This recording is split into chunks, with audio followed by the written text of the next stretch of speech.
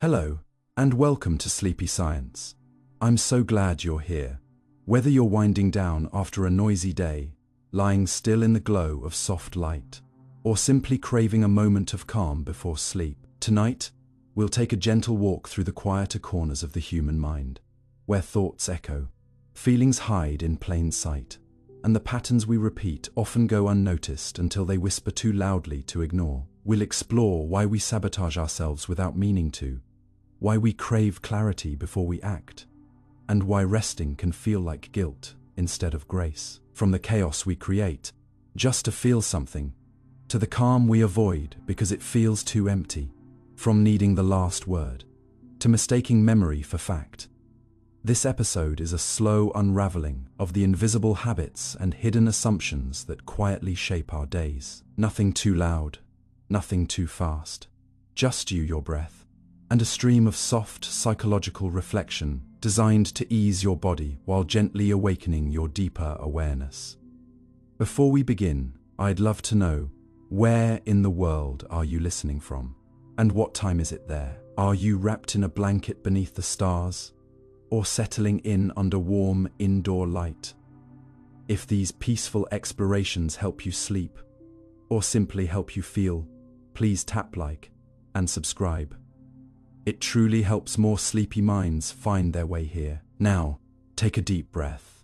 Let it go slowly, and let's begin our quiet descent into the beautiful complexity of being human. The self-sabotage reinforcement. You've probably felt it before. That quiet frustration when you know exactly what you should do, yet you don't do it. You have the tools, the time, the knowledge, even the desire, and still, somehow you find yourself delaying, overcomplicating, avoiding, or unraveling the very progress you claim to want. It's not laziness, it's not ignorance. It's something more slippery, more cunning, more internal, self-sabotage.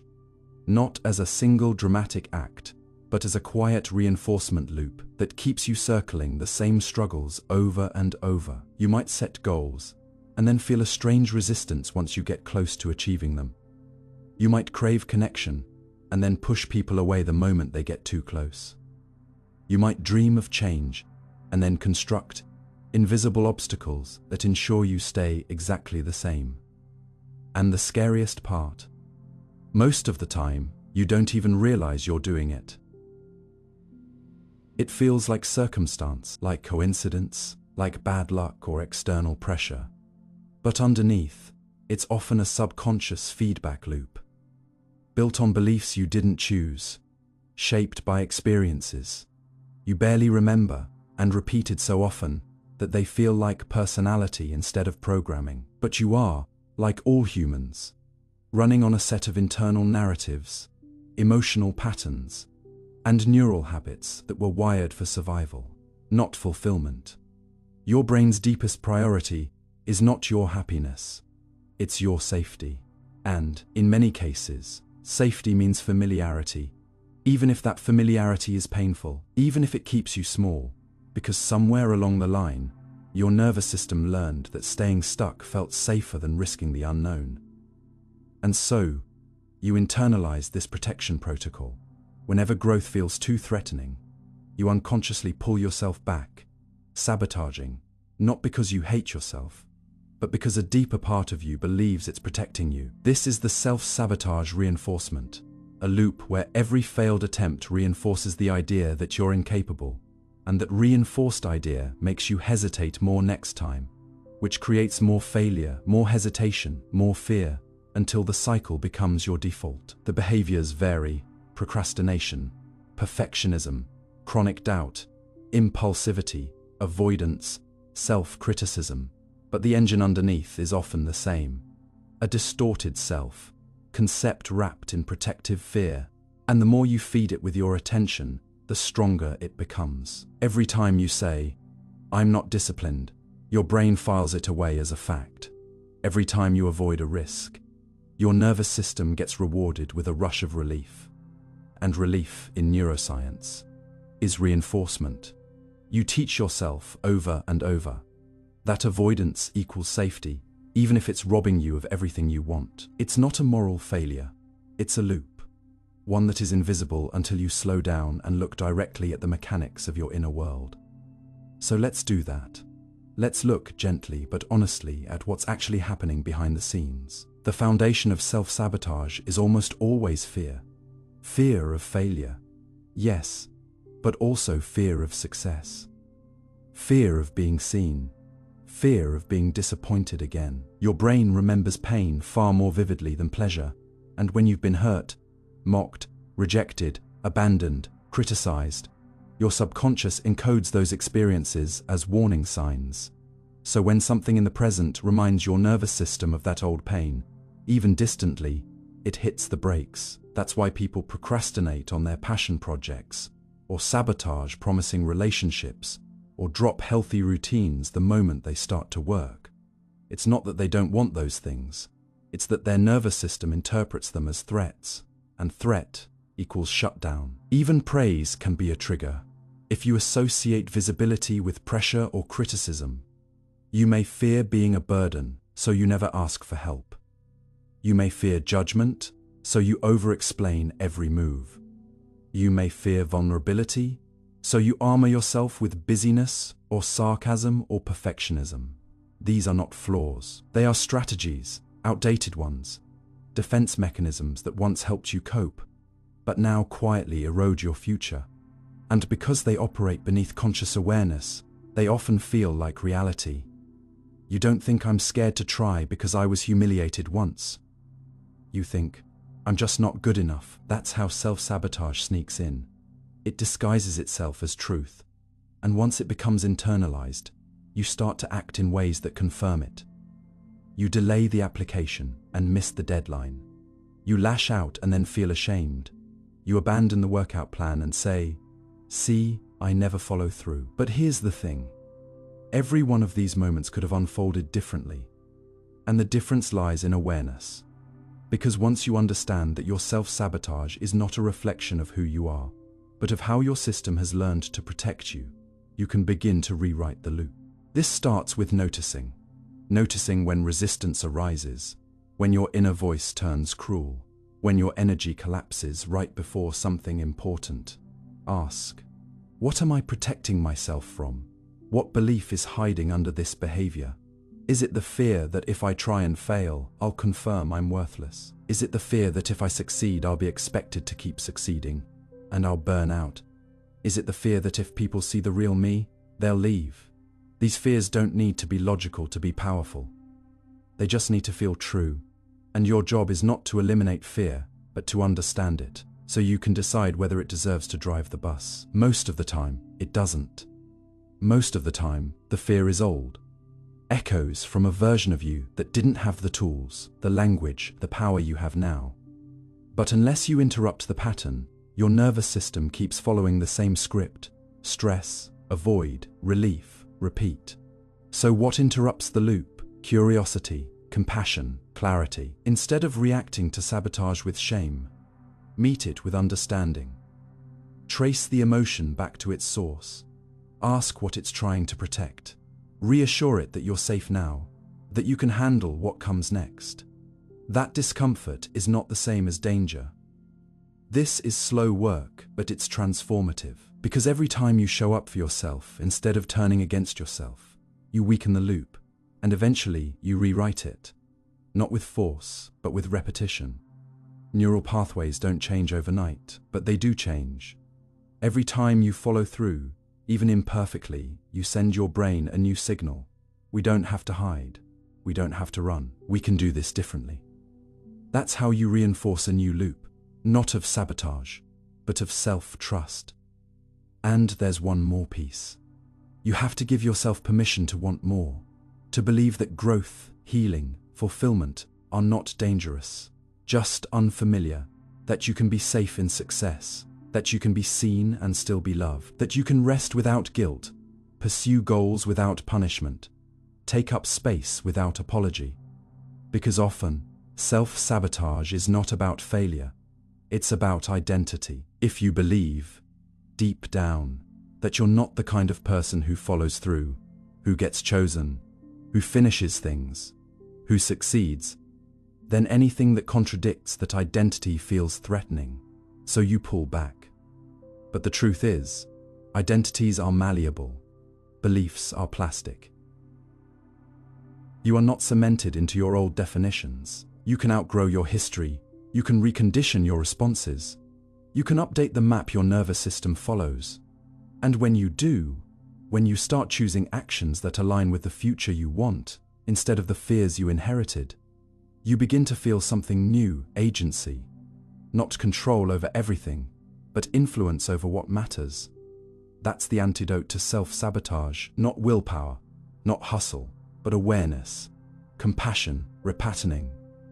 You are not lazy, you are not broken, you are a system that is learning. And like any system, you need feedback, not shame, structure, not chaos. Encouragement, not threats. You're not getting in your own way because you hate yourself. You're doing it because some part of you still believes the world is safer when you stay small. But that part is outdated, and you, who you are now, can teach it something new. You can show it that you're allowed to move forward, allowed to try, to fail, to try again, allowed to receive support, allowed to rest, allowed to believe that your life doesn't have to be a loop of undoing. And when you do, you break the cycle not with a crash, but with a quiet shift, a new choice.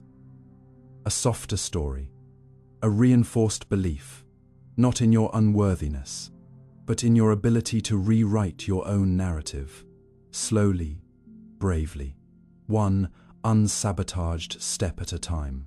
Wanting clarity before action. You tell yourself you're waiting for clarity. But what if clarity is waiting for you to move? What if the fog in your mind isn't there? Because you're confused, but because you're still standing still. Most people think they need to understand everything before they begin, before they change careers, before they leave the relationship, before they pursue the dream, before they speak their truth. But what they don't realize is that clarity is often the reward of action, not its prerequisite. Your brain craves certainty, not because it's logical, but because it's wired for safety. Uncertainty lights up the same neurological fear centers as physical danger to your survival brain. I don't know what's next sounds suspiciously close to I might die. And so you wait. You research, you analyze, you ask for signs, you journal your thoughts, then overthink them until they dissolve into a dozen conflicting directions. You might even call this self-awareness. But it's not awareness. It's paralysis disguised as preparation. It's a nervous system trying to feel safe through control. Because somewhere along the line, you learn that mistakes are dangerous, that wrong moves are irreversible, that failure defines your worth. And so you freeze. You build a shrine to logic in your mind, hoping that if you gather enough data, enough perspective, enough feedback, you'll suddenly be certain. But certainty doesn't come that way. Not the kind that matters, because the truth is, no one knows what's going to happen. No one. Not the smartest strategist, not the most spiritual guru, not even your future self. Life isn't a riddle you get to solve before you live it. It's an unfolding, chaotic process. And the deeper clarity only emerges when you step into motion. There's neuroscience to back this up. The prefrontal cortex, responsible for planning, judgment, and decision-making, functions best not in isolation, but in interaction with real-world feedback. This means your brain literally requires movement, attempts, environmental resistance to sharpen its models of reality. You can't just sit and think your way to knowing. You must test. You must engage. You must try. Action creates data, and data refines perspective. Without action, your brain loops in abstraction, guessing outcomes based on fear, memory, and projection. That's why your imagined futures often feel worse than reality. They're simulations running without actual input, and the longer you delay, the more distorted those simulations become. You convince yourself that you are being careful. But what you are really doing is feeding anxiety with more time and no grounding. It's the paradox of perceived clarity. The longer you wait for it, the murkier things get. And yet, when you do finally take the first step, the terrain shifts. The fog doesn't vanish all at once. but it parts just enough for the next step to reveal itself. This is called embodied cognition, a psychological concept that explains how movement influences perception. In simple terms, your mind understands better when your body participates. Thinking and acting aren't separate processes, they're interwoven. So if you're sitting still, mentally screaming for clarity, you may be looking in the wrong place. Clarity, it turns out, isn't something you find in your head. It's something you earn with your feet. Still, this is hard to accept, especially if you were raised in an environment where certainty was demanded before action, where mistakes were punished instead of explored, where planning was praised, and improvisation was seen as recklessness. You may have internalized the belief that decisiveness must come from full understanding. That if you make a move and it turns out wrong, you'll regret it forever. But this belief ignores one essential truth. Most decisions can be adjusted. Most mistakes can be repaired. What's far more dangerous than a wrong move is no move at all. Because when you stall for too long, you don't just lose time, you lose confidence. The self-doubt compounds. You forget how to trust your instincts. You become a curator of potential instead of a participant in your own becoming. And the tragedy is, you don't even realize you're stuck. You think you're being wise, responsible, methodical, but underneath, you're afraid to be wrong. Afraid to be judged, afraid to be vulnerable. And so you stay in place, waiting for the moment. It will all make sense. But clarity doesn't precede action. It flows from it. Every meaningful insight you've ever had likely came after the leap, not before. Think about your past. The choices you regret least weren't the ones that came with perfect information. They were the ones where you finally did something, even when it scared you, the job you applied for, even though you weren't sure you were qualified. The conversation you initiated, even though you feared rejection. The project you launched, even though you weren't ready. And yes, maybe some of them ended messily, but they taught you something real. They reshaped your map of the world. They gave your brain the feedback it needed to grow. Contrast that with the things you never tried, the dreams you shelved waiting for the right time, the truths you never spoke because you weren't sure how they'd land. Those don't fade away. They become mental clutter, quiet regrets, evidence you use to justify why you don't trust yourself. This is the cost of needing clarity before action. It trades the possibility of progress for the illusion of preparedness. And it doesn't just affect individuals, it affects culture. We live in a time obsessed with certainty. We demand forecasts, guarantees, clarity before commitment. We want to know how something will end before we begin it. But life doesn't work that way. Creativity doesn't work that way. Relationships don't work that way. Innovation, art, healing, none of these begin with clear outcomes. They begin with a willingness to move, to explore, to stumble. And in that movement, meaning emerges. That's not to say planning is bad. Strategy has its place. But there's a difference between thoughtful preparation and fear-based delay. The latter says, I'll start when I'm certain I won't fail. One builds momentum, the other builds walls. So, how do you break the cycle? You start by shifting the question. Instead of asking, what's the right decision? Ask, what's the next small step I can take? Instead of waiting for clarity, build it. Like shaping clay. You don't wait until the statue appears fully formed in your mind. You touch it, mold it, react to the texture. Your understanding evolves with your engagement. This is called action-based learning, and it's how we're wired to grow. Your nervous system needs movement to map meaning. Your emotions need expression to make sense. Your values need behavior to become real. You don't become courageous by reading about courage. You become courageous by doing something before you're sure you can.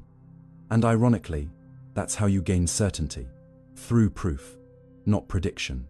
There will never be a moment when the universe hands you a complete roadmap. Always variables you can't see. But that doesn't mean you're lost.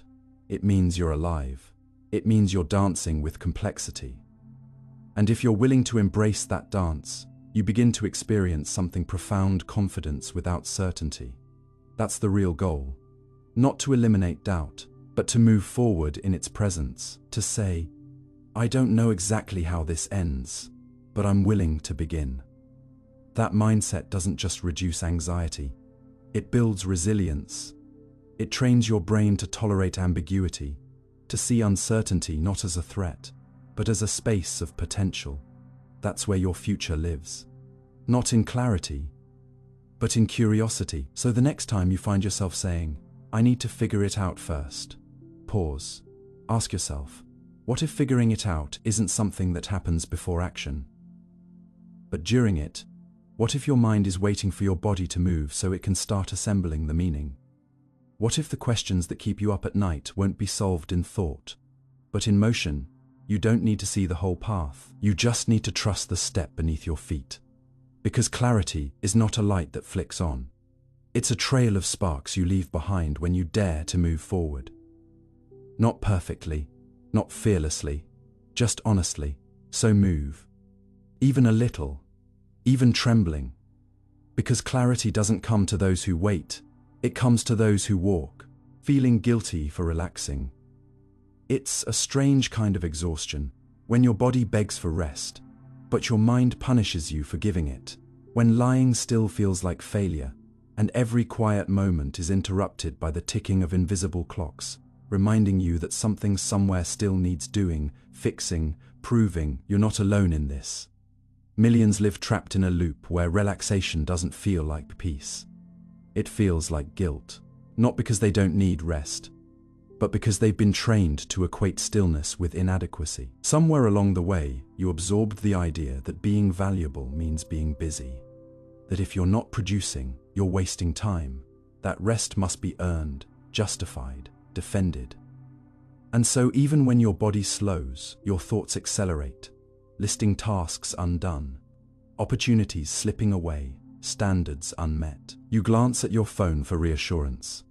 Check one more email to feel useful. Sit with a book, but reread the same sentence 5 times. Because part of you is still negotiating permission to relax. This isn't laziness. This isn't poor time management. It's a deeply conditioned response, built from years of reinforcement, where effort was praised and ease was judged. It's a survival adaptation in a culture that worships productivity like a virtue and treats burnout like a badge of honor. And the most dangerous part, it feels personal. You think it's just you, but it's not. It's a symptom of collective sickness. A society that forgot how to slow down and taught you to feel ashamed when you try. Psychologically, guilt for resting is rooted in internalized expectations, what psychologists call introjected values. These are beliefs absorbed from the outside world that become inner rules, often enforced by a critical internal voice. Maybe you grew up in a household where rest was only allowed after visible effort, or where parental approval was tied to grades, chores, and constant motion. Maybe you live in a culture that defines worth by output, where social media glorifies hustle, where even self-care is packaged as another item to optimize. Over time, your nervous system associates stillness, not with safety, but with threat. Relaxing feels dangerous, not physically, but existentially.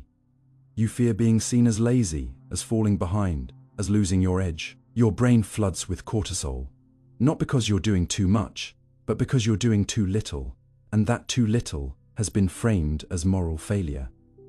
This is not a rational reaction, it's a biological one. Rest triggers the same guilt circuits as doing something wrong, and because guilt seeks resolution, your brain looks for ways to justify the discomfort. Maybe you should be working. Maybe others are more productive. Maybe you haven't earned this break yet, but guilt doesn't signal truth. It signals conflict between desire and conditioning. The urge to rest is real. The guilt is the ghost of rules you never agreed to. And it gets deeper. The fear of relaxing isn't just about tasks undone. It's often about identity. Many people build their self-worth around being the reliable one, the achiever, the helper, the strong one. They don't know who they are when they're not performing, achieving, serving. So when they try to relax, they don't just feel idle. They feel invisible, unanchored. lost. This is especially true for those who've experienced childhood roles of emotional responsibility, parentified children, perfectionists, trauma survivors. For them, rest was never modeled. Rest meant vulnerability. Rest meant someone else might fall apart. And so, even as adults, they carry the compulsion to stay busy, not because there's always something to do, but because stillness feels unsafe. The nervous system expects crisis and becomes addicted to the rhythm of over-functioning. It's not just about finishing the to-do list, it's about keeping the emotional machinery running, avoiding the silence where unprocessed feelings wait. Because when you finally stop, the noise inside gets louder. And if you were never taught how to sit with that noise, you run from it, into work, distraction, caretaking, achievement. You call it responsibility, but sometimes it's avoidance. And let's not forget the societal layer. We live in economies that thrive on your exhaustion. Capitalism rewards overextension. It romanticizes busyness. It measures success by how little you sleep, how often you say yes, how much you produce with how little you rest. Even vacations come with pressure, to be meaningful, to be documented, to be productive in their own way. You can't just rest. You have to make the most of your rest, which is just work in disguise. And so you internalize the pace of the system. You believe you must always be earning money, earning time, earning love, but rest is not a transaction. It's a biological necessity. It's not a reward for suffering. It's not a luxury. It's not something to deserve. It's the baseline condition that allows everything else to function. Without rest, your cognition declines. Your emotional regulation collapses. Your relationships suffer. And yet, because the system has convinced you otherwise, you treat rest as indulgence rather than infrastructure. You apologize for it. You ration it. You sneak it. And then you wonder why you feel depleted, disconnected, disoriented. But here's the shift. Rest is not the opposite of productivity. It's what makes it possible. Your brain is not a machine. It's an organic, energy-sensitive network that requires rhythmic oscillation between effort and recovery, deep learning, creativity, emotional insight. They don't happen in states of constant strain. They happen when the brain is allowed to enter diffuse mode, to wander, to integrate. This is why ideas strike in the shower, why clarity emerges during walks, why conversations feel richer after sleep. Rest doesn't waste time, it shapes it. It gives your nervous system the space to return to baseline, to recover from microstressors, to access deeper levels of thought and feeling. In fact, research shows that those who rest effectively are more resilient, more creative, and more accurate in their decisions. But this doesn't just mean taking naps. Rest isn't just physical. It's emotional, cognitive, sensory. It's turning down the noise, giving yourself permission to be unproductive, to exist without justification, to breathe without a bullet, pointed reason. So how do you begin to unlearn the guilt? First, notice it, name it. Guilt thrives in vagueness. If you feel uneasy while resting, ask, what am I telling myself right now? Whose voice is this? Whose standards am I trying to meet? Then, ask a more radical question. What am I afraid will happen if I truly rest? The answers may surprise you. You might fear losing control, disappointing someone, being seen as weak, facing emotions you've buried. These fears are not irrational, they're learned. But they don't have to rule you. Begin by redefining rest, not as the absence of action, but as the presence of care. As a skill, not an escape. Practice micro. Rest pauses in your day where you unplug without shame, breathe without urgency, soften your inner dialogue. Interrupt the compulsion to fill every gap with usefulness. Remind yourself that presence is productive. That rest is not quitting, it's recalibrating. And perhaps most powerfully, surround yourself with people who validate your need for rest, who don't romanticize overwork, who model slowness without shame. Because unlearning guilt is easier when you're not alone in it. In time, something changes. You begin to notice that rest doesn't make you lazy, it makes you human. That guilt isn't a sign you're doing something wrong. It's a sign you're doing something unfamiliar. That maybe, just maybe, the part of you that resists rest isn't your enemy. It's the scared inner child who was praised for being strong, helpful, responsible, never for being still, quiet, soft. And when you rest anyway, gently, openly, without apology, you begin to reparent that child.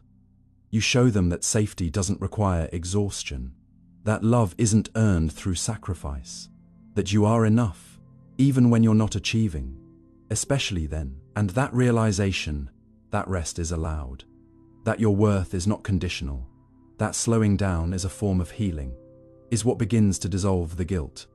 Not all at once, but day by day, pause by pause, you rewrite the story.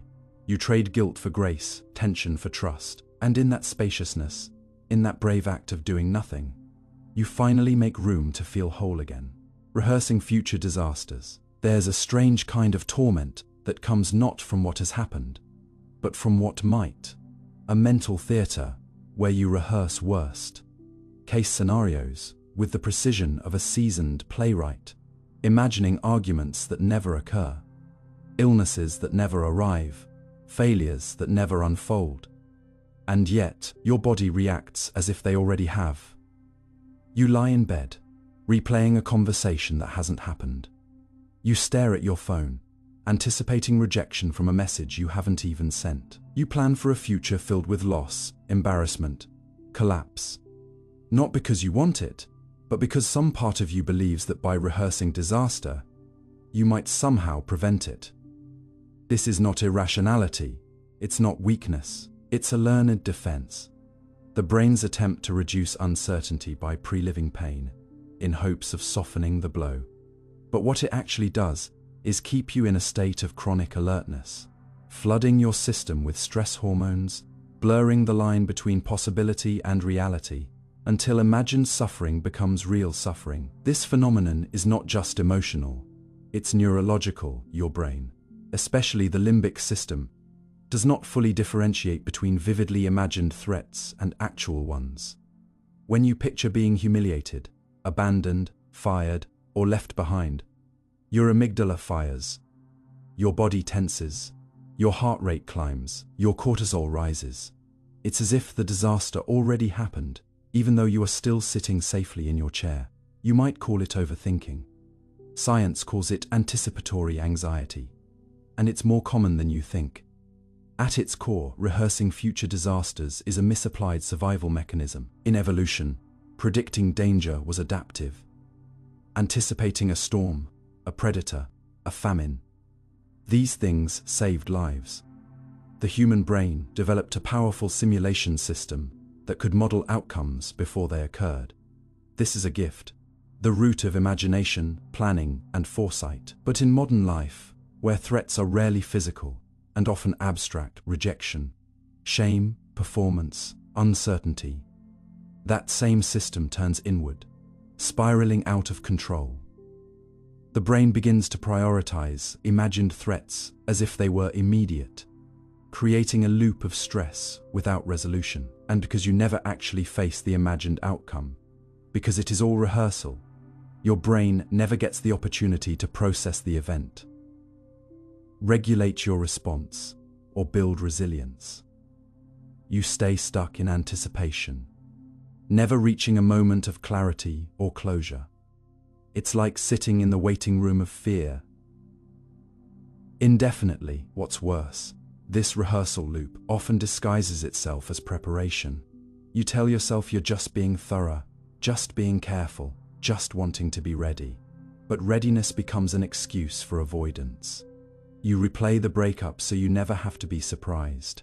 You imagine the job interview going terribly, so you never feel blindsided. You catastrophize your health so you're not caught off guard. And in doing so, you trade presence for protection. But the protection is illusion, and the cost is high. Repeated rehearsal of future disasters doesn't just affect your mood, it alters your baseline physiology. Studies show that chronic anticipation of threat, even imagined ones, can lead to elevated cortisol, disrupted sleep cycles, digestive issues, weakened immune response, and impaired memory. Your brain, constantly primed for danger, starts reallocating resources away from rest, connection, and creativity toward vigilance. It hijacks your focus. You become more reactive, less patient, more prone to interpreting neutral events as negative. You may even find yourself attracted to content news, media conversations. That confirms your fears, reinforcing the rehearsal loop. The irony is, the more you try to mentally control the future by pre-living its worst outcomes, the more helpless and unsafe you feel, because your nervous system was not designed to carry tomorrow's pain before tomorrow arrives. It was designed to adapt in real time, to respond, not to endlessly anticipate. But the pull of disaster rehearsal is strong and often rooted in deeper psychological patterns. For some, it stems from a childhood where unpredictability was dangerous, where a raised voice meant threat, where small cues signaled emotional shifts, where bracing for impact was necessary. In such environments, hypervigilance becomes second nature. The brain learns that safety comes not from rest, but from readiness. And even as an adult, when the threats are gone, the habit remains. Others may rehearse disasters because they equate worry with care, believing that by imagining the worst, they are protecting those they love. If I worry, I'm responsible. If I don't, something bad will happen. This is magical thinking, but emotionally, it feels like control. Still others may use disaster rehearsal as a way to punish themselves preemptively. If I expect the worst, I can't be disappointed. If I suffer now, maybe I deserve less pain later. It's a dark logic, but to the anxious brain, it feels fair. And beneath it all is often a lack of trust, not in others, but in yourself. A fear that you won't be able to handle what's coming, that you're not strong enough to face the unknown, and so you try to beat it to the punch. But there's a paradox here, because the more you mentally rehearse pain to avoid it, the more you end up living in it. You miss joy while preparing for grief. You dull celebration in fear of the fall. You hesitate to love deeply, because loss has already happened in your mind. And so your life becomes not an unfolding, but a buffering, a limbo of what-ifs. What if they leave? What if I fail? What if I lose everything? Because real life is not a play with a script you can memorize. It's improvisation, and the only way to get better at improvising is to show up, unprepared, and trust that you'll figure it out moment by moment. That's how confidence is built, not by eliminating risk, but by learning you can survive what comes. So what's the alternative to disaster rehearsal? Not toxic positivity, not blind faith, but mental flexibility. Learning to notice when you've left the present, when your mind is staging a catastrophe, when your body is reacting to a phantom, and in that noticing, interrupting the loop, not with denial, but with curiosity. Ask, is this fear fact or forecast? What's actually happening right now? What evidence do I have that this will go badly? What would it mean to tolerate the unknown instead of pre-writing its ending? And perhaps more powerfully, what am I trying to avoid feeling, of simply being here, in the soft uncertainty of life? But that's where growth happens. That's where presence lives. And when you gently bring your awareness back to now, to your breath, your body, your environment, you send your nervous system a different message. We are safe, and we don't have to suffer to stay safe. There are practices that help. Grounding techniques, mindfulness meditation, journaling not to analyze, but to release, cognitive reappraisal, consciously reframing imagined outcomes, therapy, especially for trauma survivors, to rewire the beliefs that fuel hypervigilance. Even movement, walking, dancing, stretching, can shift the nervous system out of rehearsal mode. Because anxiety is not just mental, it's somatic, and to heal it, you must engage the body, not just the mind. But the most important shift is internal, the willingness to stop confusing worry with control, to recognize that pre-suffering is not protection, it's repetition. and that you deserve better than to live 1,000 versions of pain before anything even happens. In the end, rehearsing future disasters is a form of self-abandonment, a way of leaving the present to live in a world where you're always losing. But you don't have to live there. You can come back, moment by moment, breath by breath. You can notice the loop without getting caught in it. You can feel fear without feeding it. You can imagine outcomes without making them your home. And most importantly, you can remind yourself of something your fear keeps forgetting. You don't need to rehearse disasters to be ready. You've already survived every hard day you didn't see coming. You're stronger than your simulations, more adaptable than your anxiety believes. And if the future does bring difficulty, you will face it, not as the person rehearsing pain in your mind, but as the person living with courage in your life. Identifying with emotions, you say, "I'm anxious," or "I'm angry," without even thinking, as if those feelings are your name, your fingerprint, your identity. And in doing so, you unknowingly become them, fusing your sense of self with temporary mental weather and calling it who you are. But what if those feelings aren't you at all? What if they're just experiences passing through you, biological signals, psychological reactions, emotional visitors that rise, speak, and fade? It sounds simple, almost semantic, but this shift between saying, "I am this," and "I am feeling this," holds the power to redefine your inner life. Because identifying with your emotions doesn't just describe how you feel, it reshapes your entire behavior, your decision making, your sense of worth. When sadness becomes "I am sad," you embody the heaviness, like a skin you can't take off. When shame becomes "I am ashamed," you inherit the role of the wrongdoer, the broken one, rather than recognizing it as a message from a wounded part of you. You collapse identity into emotion, and the danger of that is simple. Emotions are fleeting. But when mistaken for identity, they become self-definitions, beliefs that can harden into character traits, into life paths, into prisons. You begin to think you're inherently anxious, inherently angry, inherently insecure, when in reality, you're simply experiencing anxiety, anger, insecurity. They are states, not truths. They visit, they shake you, they pass. But when you cling to them, or worse, become them, you stop seeing the space between stimulus and self. And in that collapsed space, freedom disappears. Neuroscience confirms this. Emotions are not fixed traits. They are dynamic processes, complex interactions between your limbic system, your endocrine signals, your past conditioning, your present perception, and your future anticipation. They're not who you are. They're what your system is doing in a moment of meaning. Fear, for instance, is a biological response to perceived threat, engaging the amygdala and activating the sympathetic nervous system. But that fear isn't you. It's a signal, a flare, a messenger saying, "Something here feels unsafe." It doesn't mean you're a fearful person. It means your system is doing its job. Similarly, sadness is often a processing response to loss. Cortisol and oxytocin working together to slow you down, to reflect, to conserve energy, to signal vulnerability. It's not weakness. It's not identity. It's weather. And weather doesn't define the sky.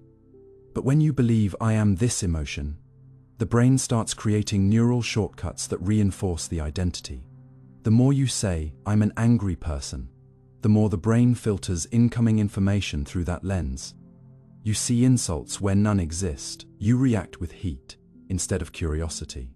The identity feeds the emotion, which feeds the identity. A feedback loop, locked in place. Not because it's true, but because it's familiar. And the mind always returns to the familiar, even if it hurts. This is where psychological flexibility comes in.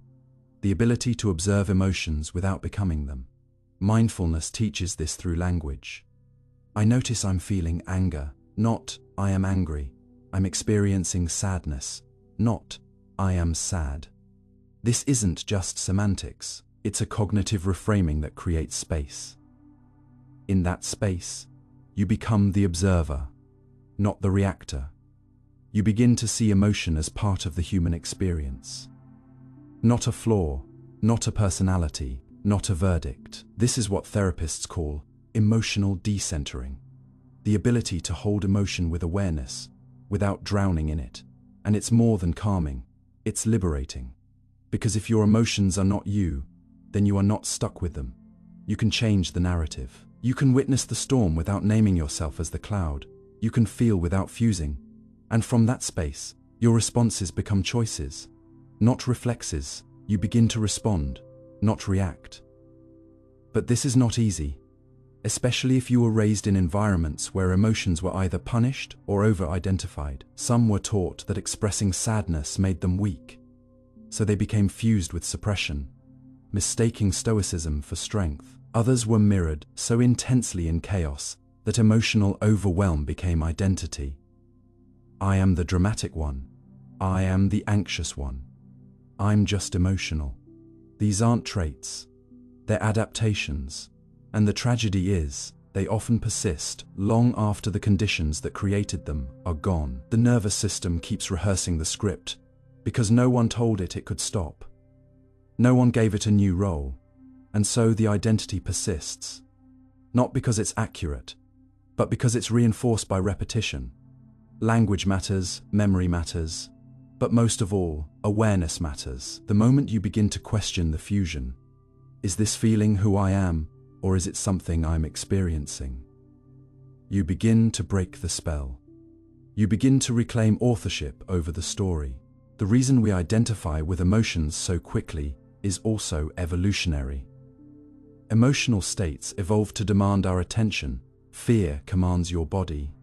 Anger mobilizes it. Shame isolates you. These states are intense because they were meant to drive survival. But now, in modern life, where threats are rarely physical, these emotions often get misapplied. A slow email reply feels like abandonment. A difficult meeting triggers panic. And because the body reacts so strongly, the brain assumes, this must be real. This must be me. It mistakes urgency for identity, but there's a radical truth underneath all of this. You are not your emotions. You are the sky that holds them, the awareness behind them, the container through which they pass. You don't need to suppress them. You don't need to indulge them. You need to see them for what they are: signals, invitations, weather. No one has ever drowned in a rainstorm that they watched without running toward it. But many have been swept away because they believed they were the rain. So what do you do when you feel consumed by emotion? First, you name it gently, without becoming it. Say, I'm noticing anger, not, I am angry. Then ask it what it wants. Emotions carry information. Anger might want boundaries. Sadness might want connection. Fear might want reassurance. Listen to them like visitors, not rulers. Ask, what are you here to tell me? Then act from the self, not from the state. This doesn't mean ignoring emotion, it means integrating it. Let it inform you, not define you. Over time, this creates what psychologists call emotional granularity, the ability to distinguish between shades of feeling. Not just bad mood, but disappointment mixed with tension. Not just panic, but overstimulation combined with uncertainty. The more precise your emotional vocabulary, the more power you have to respond effectively. And with that precision comes freedom, not from emotion, but within it. And finally, remember this: being emotional is not a flaw, but being fused with every emotion is a form of suffering. You are allowed to feel everything without becoming everything you feel. You are allowed to hold anger without being ruled by it, to sit with grief without being swallowed, to let joy rise without grasping. That's what real emotional intelligence is. Not control, but capacity. Not detachment, but depth. The ability to ride the wave without forgetting that you are the ocean. You don't have to reject emotions. You don't have to drown in them. You just have to remember, you are the experiencer, not the experience. You are the one who notices, not the thing that is noticed. And when you anchor into that awareness, you find a kind of stillness that no emotion can shake, a self that feels deeply, but knows always. It is more than feeling, mistaking stress for productivity. You might believe you're being productive when your heart is racing, your calendar is packed, and your thoughts are running faster than your body can keep up. But what if that sense of urgency you've grown to equate with value is actually the illusion of productivity disguised as chronic stress? It's easy to confuse the two, because modern culture rewards the performance of busyness more than the reality of effectiveness. You live in a world that idolizes hustle, that celebrates overcommitment, that views stillness as laziness and burnout as a badge of honor. And so your brain begins to associate tension with importance, pressure with purpose. But real productivity, measurable, creative, sustainable output, does not come from being in a constant state of activation. It comes from clarity, from rest, from rhythm. And when stress becomes the metric for whether you're doing enough, you begin to lose sight of what you're actually producing. You confuse motion for progress, exhaustion for accomplishment. You end the day depleted, not because you did meaningful work, but because you carried the weight of pressure, as if it were your duty to suffer for success. This is not resilience. This is miscalibration. Scientifically, stress triggers the hypothalamic, pituitary, adrenal, axis, releasing cortisol and adrenaline to prepare your body for action, in short, bursts. This response is adaptive. It helps you focus, mobilize energy, and respond to challenges. But when prolonged, it impairs memory consolidation, reduces immune function, and shrinks the prefrontal cortex, the very region responsible for complex thinking, planning, and decision-making. In other words, chronic stress makes you worse at the very tasks you're trying to perform under pressure. And yet, the body in stress feels like it's doing something important. Your heart beats faster, your muscles tense, your mind speeds up, and the illusion of productivity is born. You feel busy, needed, essential. But that internal noise is not evidence of success. It's a biological alarm. It's your system telling you it's overloaded. But because the sensation of stress feels like effort, and effort has been culturally mistaken for worth, you push forward. You drink more caffeine. You sleep less. You answer emails at midnight. You wear your exhaustion like armor, hoping it will prove your commitment. But all it proves is that you've mistaken survival for contribution. What's more dangerous is how this stress, performance loop becomes self-reinforcing. You feel anxious when idle, because your nervous system has adapted to the constant hum of urgency. When you rest, your mind whispers guilt. When you slow down, it warns you of falling behind. The dopamine you used to get from finishing a project now comes from checking a notification or crossing off a to-do list. No matter how trivial the task, your reward system has been hijacked, and instead of optimizing for effectiveness, you begin optimizing for busyness. This isn't accidental. Most workplace systems are built on visible metrics: time logged, emails sent, meetings attended, not on the quality of insight or creativity. And so you learn to perform productivity instead of practicing it. You multitask, thinking it's efficient, while studies show it reduces accuracy and increases tasks. Switching time, you prioritize urgency over importance, reacting to pings instead of setting direction. And in this chaos, real productivity, deep work, strategic thinking, focused creativity, dies quietly in the background, drowned by the noise of artificial emergencies.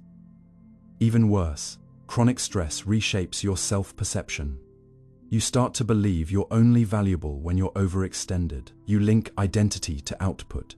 You say, "I'm just a high-stress person," or "I work best under pressure," not realizing that you've trained your nervous system to equate discomfort with meaning. But peak performance doesn't come from panic. It comes from presence. Flow states, the gold standard of human productivity, occur when challenge meets skill in a context of deep focus and minimal distraction.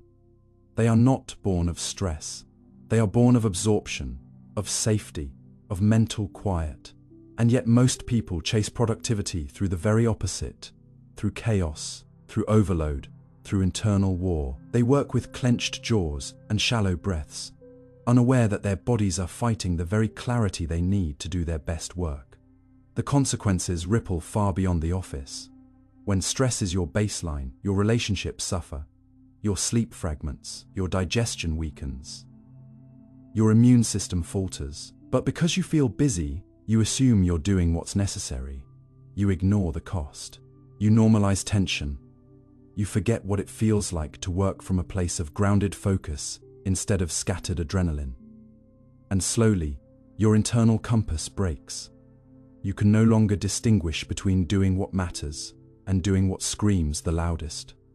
Your life becomes a triage of urgent things, not a path of meaningful ones. And when the burnout finally comes, it feels like failure, but it isn't. It's a signal, a last resort cry from a system that was never designed to live in constant alert. The path back is not simple because it requires unlearning. It requires you to decouple value from visible effort, to stop performing busyness, to ask what actually moved forward today. Instead of, how much did I do? It means learning the difference between tension and traction, between activity and progress, between exhaustion and effectiveness. It means reclaiming rest, not as indulgence, but as strategy. Neuroscience shows that the brain consolidates memory, problem solves, and recharges during rest, not just sleep, but intentional downtime. Some of your most creative ideas emerge during mind wandering, during walks, during moments of silence. If you eliminate those, you eliminate innovation, and yet, those are the first things sacrificed in the cult of stress. As productivity. This doesn't mean abandoning ambition. It means refining it. It means designing workflows that honor focus over frenzy. It means creating rhythms, bursts of work followed by renewal, not marathon stretches of fatigue. It means building systems where recovery is not a luxury, but a built-in part of performance. Elite athletes know this. Musicians know this. Their rest is not laziness, it's preparation. And yet, in knowledge work, where the body's fatigue is invisible, people push until their minds break. You don't need to earn rest by collapsing. You need to integrate it before collapse becomes necessary. So here is the question. When you say you're being productive, are you measuring output or just pressure? When you feel stressed, do you assume that's proof you're doing enough, or a warning that you're doing too much of the wrong thing? What if your best work, your clearest thinking, your real value, what if all of that emerges not when you're most tense, but when you're most present? You don't need to reject effort. You need to reclaim alignment, because when your work aligns with your values, when your pace aligns with your nervous system, when your process honors your brain's natural rhythms, productivity becomes sustainable, purposeful, real, and stress becomes what it was always meant to be, a signal, not a standard. Avoiding pain creates more pain. You might not even notice how early it starts. That subtle recoil from discomfort, the instinct to turn away from what aches, what stings, what unsettles you, and yet over time, it becomes a quiet blueprint for how you live. Avoiding pain not just as a response, but as a philosophy, as a habit, as a hidden rule beneath your decisions, until you're not just dodging discomfort, but reshaping your entire existence to never feel it again, unknowingly amplifying the very suffering you're trying to escape. Pain, you were taught, is a warning sign, something to be minimized, silenced, outrun. And so you learn to flinch at sadness, to distract yourself from grief, to suppress anger, to avoid awkward conversations, to numb your insecurities before they can surface, as if emotion were an enemy to be defeated, rather than a signal to be understood. And in doing so, you don't eliminate pain, you multiply it. Because the pain you avoid doesn't dissolve, it hides, it mutates, it spreads, it moves underground, building pressure, until it erupts at the worst moment.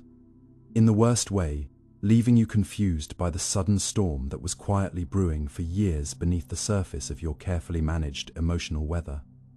Biologically, this makes sense. The human nervous system evolved to prioritize survival, not emotional fulfillment.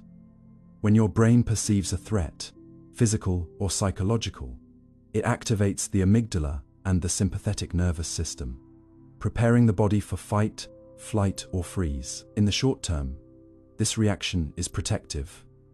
But in modern life, most pain isn't about imminent physical danger.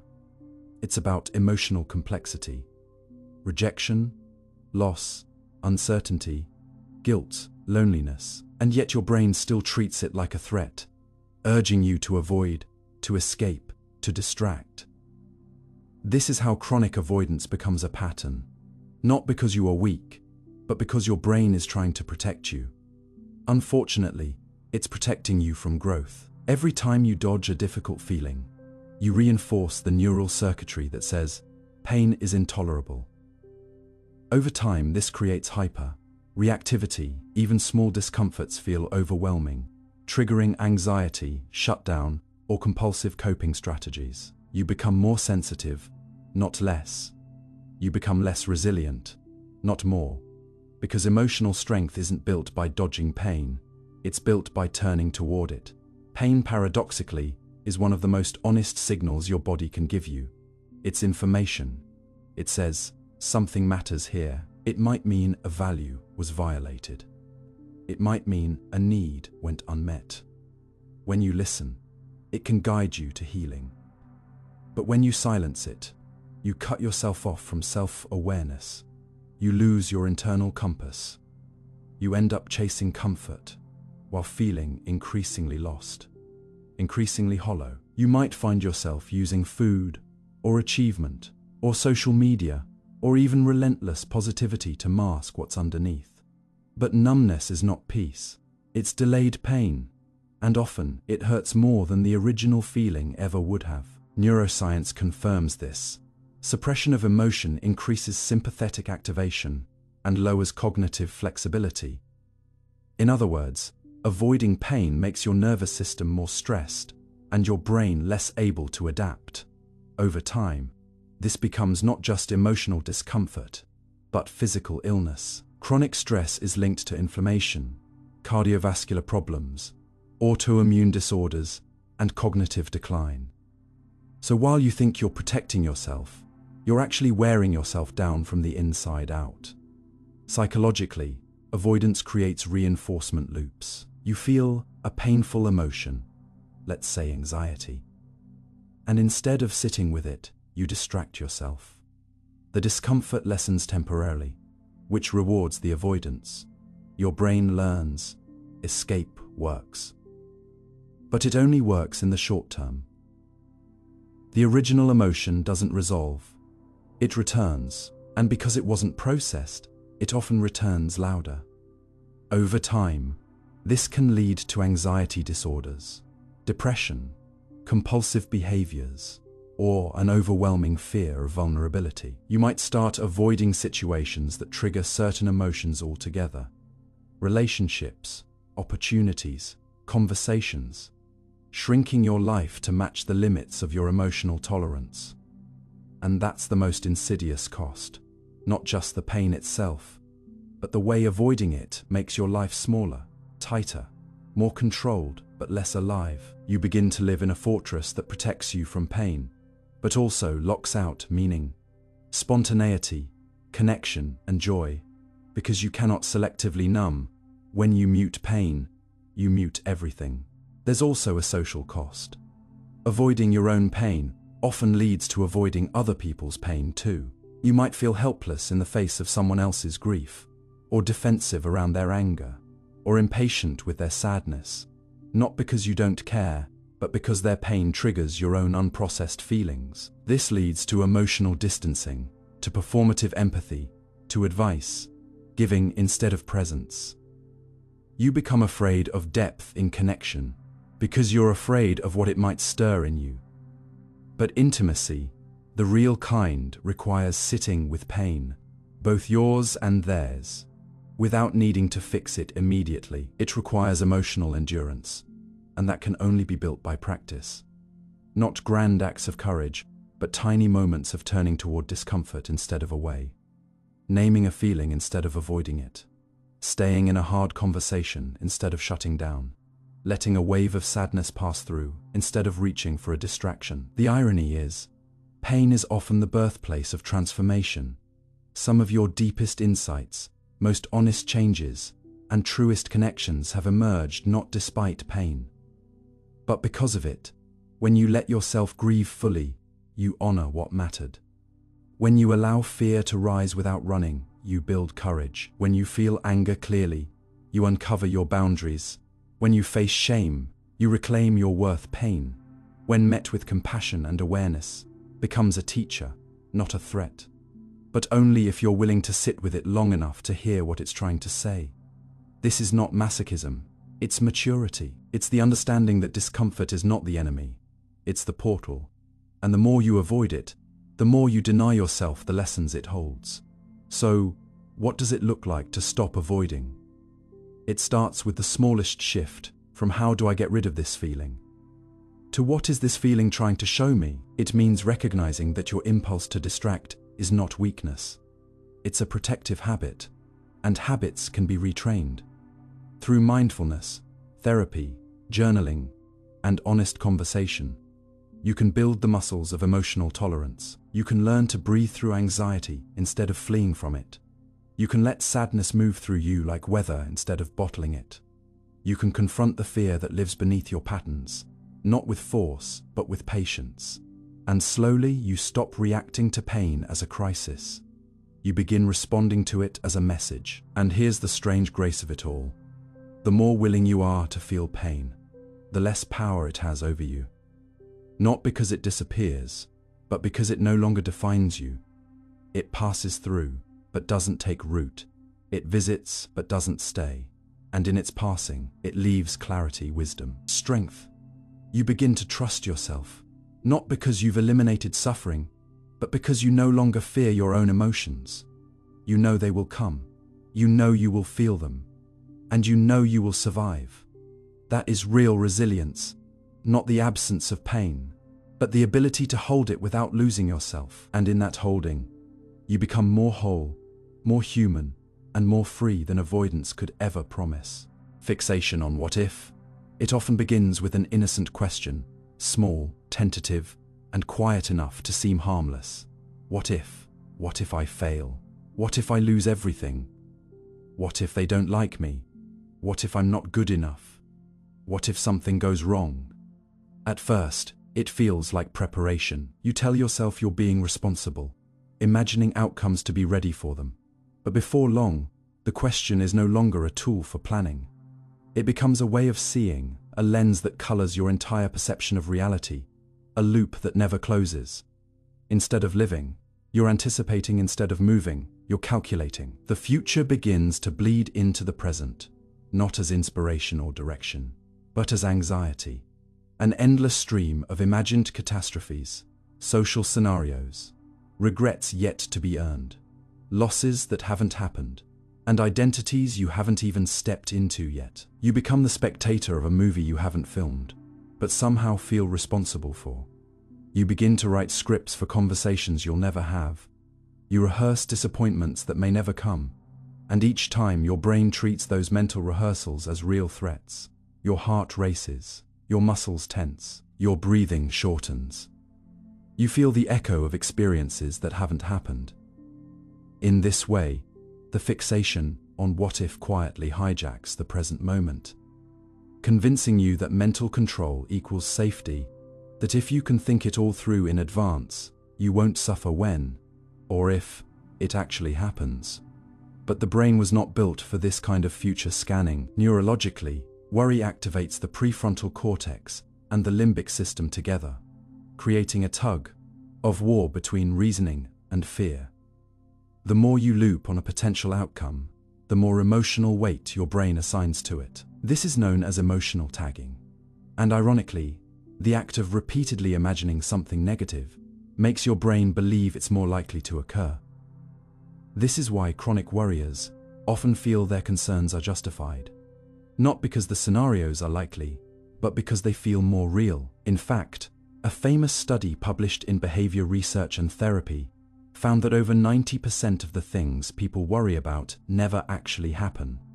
And yet, that mental energy isn't free. Your brain pays a metabolic cost every time it simulates a scenario, creating stress hormones like cortisol and adrenaline that affect sleep, digestion, immune response, memory formation, and mood.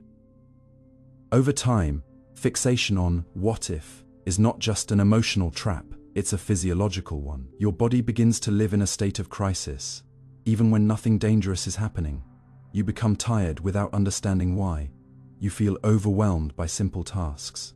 You lose access to creativity, to joy, to presence, because your mind is sprinting toward outcomes while your life quietly passes by. Philosophically, this mental time travel reflects something deeper: the discomfort of uncertainty. As humans, we crave closure, predictability, and a sense of agency over what's coming next. But reality doesn't offer guarantees. It offers ambiguity. Every future contains variables we cannot control, and that vulnerability can feel unbearable. So the mind compensates by running simulations, but these simulations are rarely neutral. They tend to spiral into fear. Why? Because anxiety has an evolutionary advantage. Imagining the worst-case scenario helped our ancestors prepare for threats. But in the modern world, where most dangers are psychological and social rather than physical, this once useful reflex turns self-destructive. We catastrophize small risks. We misinterpret silence as rejection. We inflate minor errors into life, ruining events. And all the while, we lose the ability to trust ourselves to adapt. Because beneath every "what if" is an assumption: I won't be able to handle it. That's the real fear. Not just that something bad might happen, but that if it does, you'll fall apart, that you won't cope, that you'll break in a way that cannot be repaired. But that fear is a lie. You've already survived so much. You've lived through nights you thought would never end. You've stood up after heartbreak, disappointment, embarrassment. You've adapted, grieved, rebuilt. And you'll do it again if you need to. The brain forgets this when it's scanning for threats. It forgets your resilience. It forgets your resourcefulness. It forgets that growth comes not from total control, but from facing the unknown and discovering you're stronger than you thought. This is why mindfulness, a simple, ancient practice, remains one of the most powerful antidotes to what-if thinking. Not because it removes uncertainty, but because it shifts your attention back to now. The breath, the room, the moment. The fact that you are here, alive, and not currently in danger. And from that grounded place, you can observe the mind spirals without climbing into them. You can name the thoughts without believing them. Ah, here comes a worry. There's that old fear. This is my brain trying to protect me. And slowly, gently, you reclaim your ability to choose which thoughts deserve your attention. What's also important is understanding that not all what-ifs are bad. In fact, curiosity lives in the same neighborhood. What if I try this? What if I learn something new? What if I reach out? The difference is not the question itself. It's the energy behind it. Fear. Based what? If shrink your world. Hope. Based what? If expand it. One is rooted in self-protection, the other in self-trust, and you can learn to shift the balance. Every time your mind serves you a catastrophic projection, ask, is this helping me prepare, or just making me afraid? Is this imagination or paralysis? Is this useful, or just familiar? Because often the fixation on what if isn't about risk at all, it's about control. And when you realize that control was never the point, presence was, you stop fighting shadows. You begin to walk forward, even when the path is unclear. To break the loop of worry is not to become careless. It's to understand the limits of thought. No amount of mental rehearsal will guarantee a painless life. And that's okay. You weren't meant to avoid all pain. You were meant to build the inner strength to move through it. You were meant to feel the sun on your skin, not the cold draft of imagined winters. You were meant to answer the call of now, not the echo of futures that haven't happened. Because life is not lived in hypotheticals, it's lived in moments, and every time you return to this moment, you reclaim a little more freedom from the tyranny of what if. Seeking external permission. There's a strange silence that falls over you just before you act. Not the silence of peace, but the silence of hesitation, like standing at a threshold waiting for someone else to nod, someone else to gesture, someone else to say yes, it's okay now. You may begin, and it's not because you don't know what to do.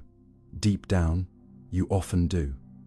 The idea is formed, the desire is there, the path is visible, but your foot hovers in mid-air because something inside you has been conditioned to wait.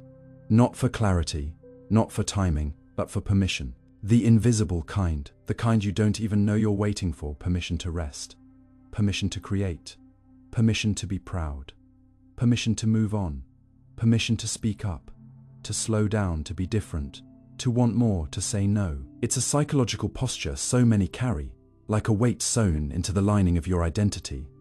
The need for external validation before internal choices can feel real. And what's haunting is that the permission rarely comes, because you're not actually waiting for a person. You're waiting for a version of yourself to be acceptable in the eyes of others before you allow it to be true for you. This pattern isn't weakness, it's wiring. From childhood, many people are taught to associate safety with approval. Praise becomes currency. Compliance becomes security.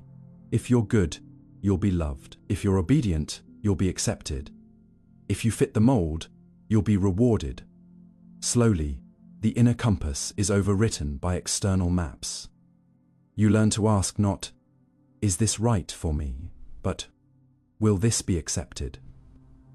It's a subtle but powerful shift. In developmental psychology, this process is tied to the formation of the exogenous self, a self built through feedback, expectation, and mirrored behavior.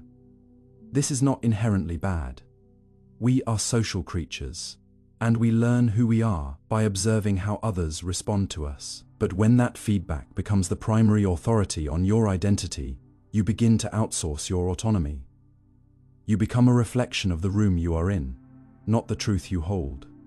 And so before you dare to leap into something new, you check, eyes darting toward the crowd that isn't even watching, waiting for a green light that doesn't exist. This waiting game plays out in nearly every corner of modern life. The aspiring artist who holds back from sharing their work until it's praised by someone important. The professional who doesn't apply for the role until someone else says, "You're ready." The individual who won't wear what they love, speak what they feel, or pursue what they dream unless it's met with a chorus of agreement first. In neuroscience, this behavior is linked to the brain's social threat detection system, which constantly scans for cues of belonging or rejection. The amygdala, often known for processing fear, also lights up in moments of anticipated disapproval. Your brain interprets negative social evaluation as a threat to survival, because evolutionarily, exclusion from the group meant danger. So when you hesitate to act without permission, your nervous system is responding as if you're avoiding harm, even when no harm is present. This is why asking for permission can feel safer than acting on conviction. It reduces perceived risk. It allows blame to be shared. They told me to. They approved it. They said I could. But at what cost? Every time you outsource permission, you reinforce the belief that someone else knows what's best for you more than you do. You train your intuition to be silent. You begin to mistrust your own desires. You second-guess your enthusiasm. You become an expert in suppression, always scanning for the socially acceptable version of yourself, and editing accordingly, and the edits accumulate. What begins as harmless self-monitoring becomes chronic self-abandonment. You laugh when something isn't funny. You say, "I'm fine," when you're not. You minimize what you love to avoid ridicule. You downplay your opinions. You water yourself down, all because you haven't yet given yourself the authority to be whole. And the irony: most people you're waiting on for permission are too busy waiting for theirs. We all build cages out of each other's silence, hoping someone else will hand us the key. But what if no one ever does? What if no applause comes? What if the email never arrives? The message never gets sent? The nod of approval never appears? Will you spend your life paused, hovering, waiting for the unspoken nod that the moment is yours? Or will you learn to grant it to yourself? Not in defiance, not in arrogance, but in quiet, grounded trust. Because when you begin to offer yourself permission, you don't become reckless, you become real. You begin to listen to that small voice beneath the noise, the one that whispers, "This matters to me." You start to move not because the world told you to, but because your values do. And slowly, you retrain your nervous system to tolerate the unknown, to hold space for disapproval, to survive being misunderstood. You start to feel the soft but steady strength of living in alignment with something deeper than consensus. This isn't about rebellion, it's about reclamation. You reclaim the right to shape your life, according to the intelligence within you. You reclaim your time, no longer spending it in imagined approval meetings, inside your own head. You reclaim your voice, no longer waiting for the perfect moment to use it. You reclaim your decisions, not because they are perfect, but because they are yours. And over time, the world around you begins to adjust. Not because it gave you permission, but because you stopped needing it. And when people see someone living without permission, it reminds them that maybe they can too. It's contagious, it's freeing, it's rare, but it starts quietly, with a whisper, not a roar. So if you're waiting for a sign, consider this it. Not because I gave it to you, but because deep down you were ready to receive it. You were always allowed to begin. You just didn't know the lock was already open. Being addicted to closure. Sometimes the hardest part isn't the loss itself. The breakup, the betrayal, the missed opportunity, the unanswered question. It's the not knowing why. It's the unanswered email that never comes. The silence that replaces a conversation. The pause that becomes permanent without warning or explanation. It's the messy, loose thread left dangling in your mind, resisting every attempt you make to tie it into a neat, satisfying knot. And so, you wait, you replay, you dig, you search for meaning where none may exist.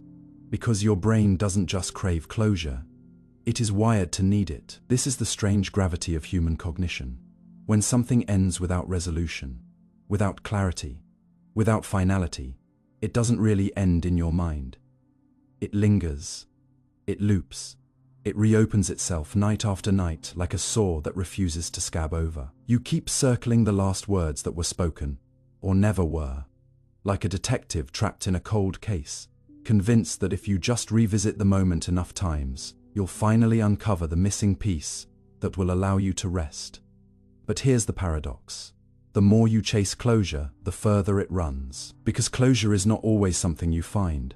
Sometimes it's something you decide. Psychologically, this craving stems from a concept known as the Zeigarnik effect. First identified by Russian psychologist Bluma Zeigarnik in the 1920s. She noticed that people remember unfinished tasks more vividly than completed ones, and what applied to tasks soon revealed itself as a powerful lens for emotional memory. When an emotional experience lacks a sense of conclusion, whether it's an unresolved argument, a ghosted message, a job application that vanished into the ether, it remains open in your cognitive system, like a browser tab your mind refuses to close. The amygdala, always on alert for threat, keeps poking at the unresolved memory, triggering stress responses and emotional rumination. Your prefrontal cortex, tasked with sense making, keeps asking, why, over and over, like a child tugging at a parent's sleeve. Your mind, built to predict and protect, interprets ambiguity as danger. The story is incomplete, and therefore unsafe, and so it loops. It loops to restore order. It loops because it believes that understanding equals healing, that if you just had the answer, you could finally exhale. But the truth is, some stories will never make sense. This addiction to closure plays out not only in relationships, but in daily micro moments. When you reread an old message thread, trying to decipher tone. When you draft a reply you never send. When you imagine a conversation that never happened and rehearse lines you'll never say. It's when you can't stop checking their social media, not because you want to reconnect, but because you want the arc to feel finished. It's when you keep the door cracked open, metaphorically or emotionally, hoping that one day the other person will walk back in just to say what should have been said the first time. But they rarely do, and still we chase it. We chase closure like it's a puzzle piece that will unlock inner peace, as though our healing depends on someone else finally explaining themselves. This chase can become compulsive, a psychological loop where the lack of resolution becomes its own form of pain, and the brain, in its longing for symmetry, keeps trying to solve what isn't a problem. It's a reality. And yet, what if the idea of closure itself is flawed? What if we've romanticized it into something it was never meant to be? Closure implies that something is sealed, boxed, put away. But real healing often looks nothing like that. It's not clean, it's not sudden, it doesn't come with a ribbon. It's a slow, uneven process of making peace with an absence. It's learning to carry a memory that doesn't explain itself. It's accepting that your need for justice, or apology, or understanding may always outlast the situation that created it. And in that acceptance, something begins to shift. You begin to stop waiting. You stop needing the final scene, the last conversation, the perfectly tied bow. You learn that closure doesn't always arrive as a conclusion. It sometimes comes as a quiet letting go of the need to know. It's not a door that someone else closes.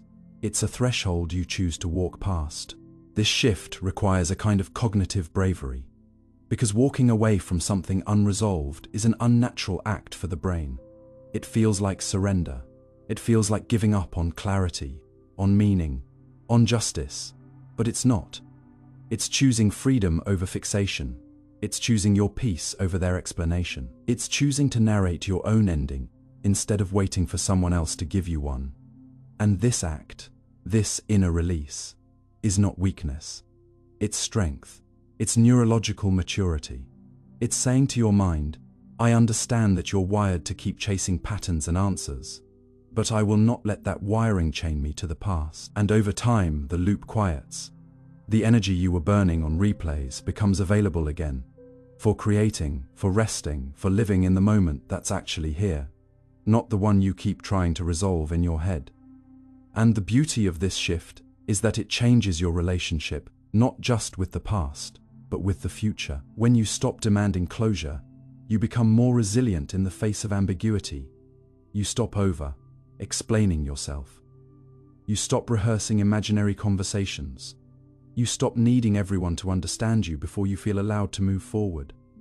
You recognize that some chapters end without punctuation, and you learn to live without finishing the sentence. You learn to trust that not every story needs to be resolved to be released. And in that release, you find what you were really chasing all along. Not a clean ending, but the ability to continue. So, if you're waiting for closure, consider this.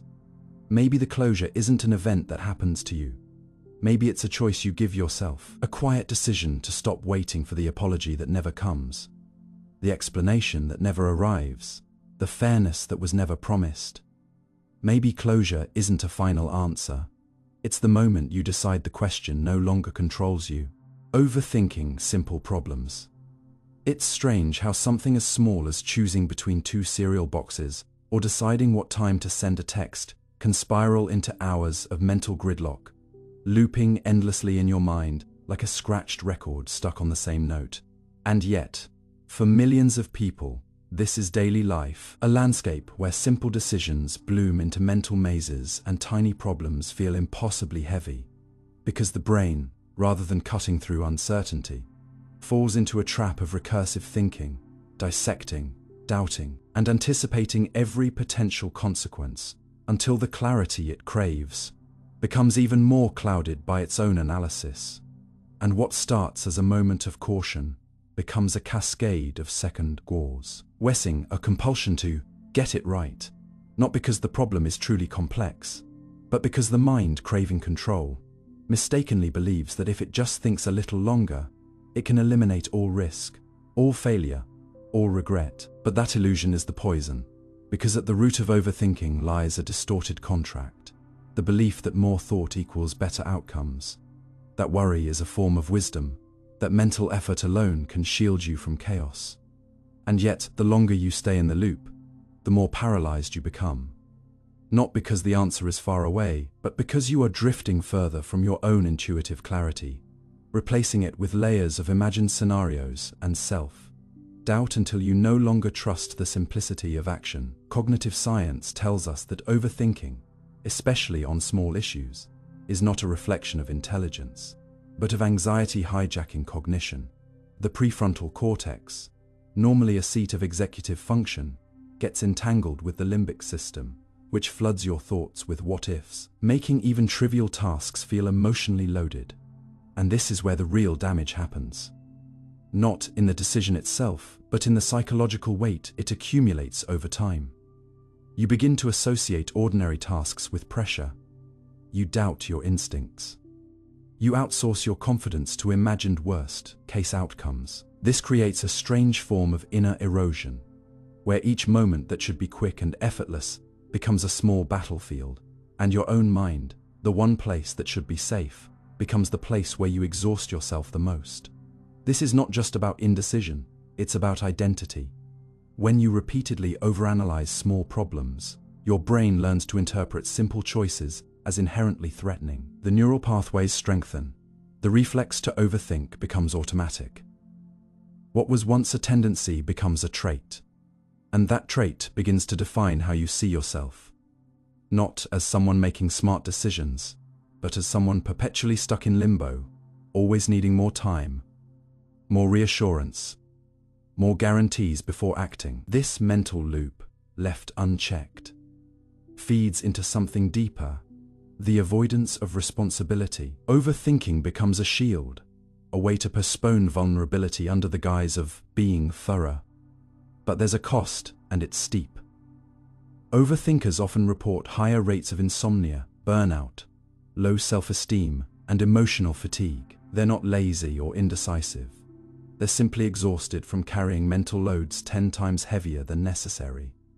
In a world obsessed with productivity, this quiet suffering often goes unnoticed. People who overthink tend to hide it well, because on the surface it looks like they're being careful, thoughtful, deliberate. But inside, they're spiraling.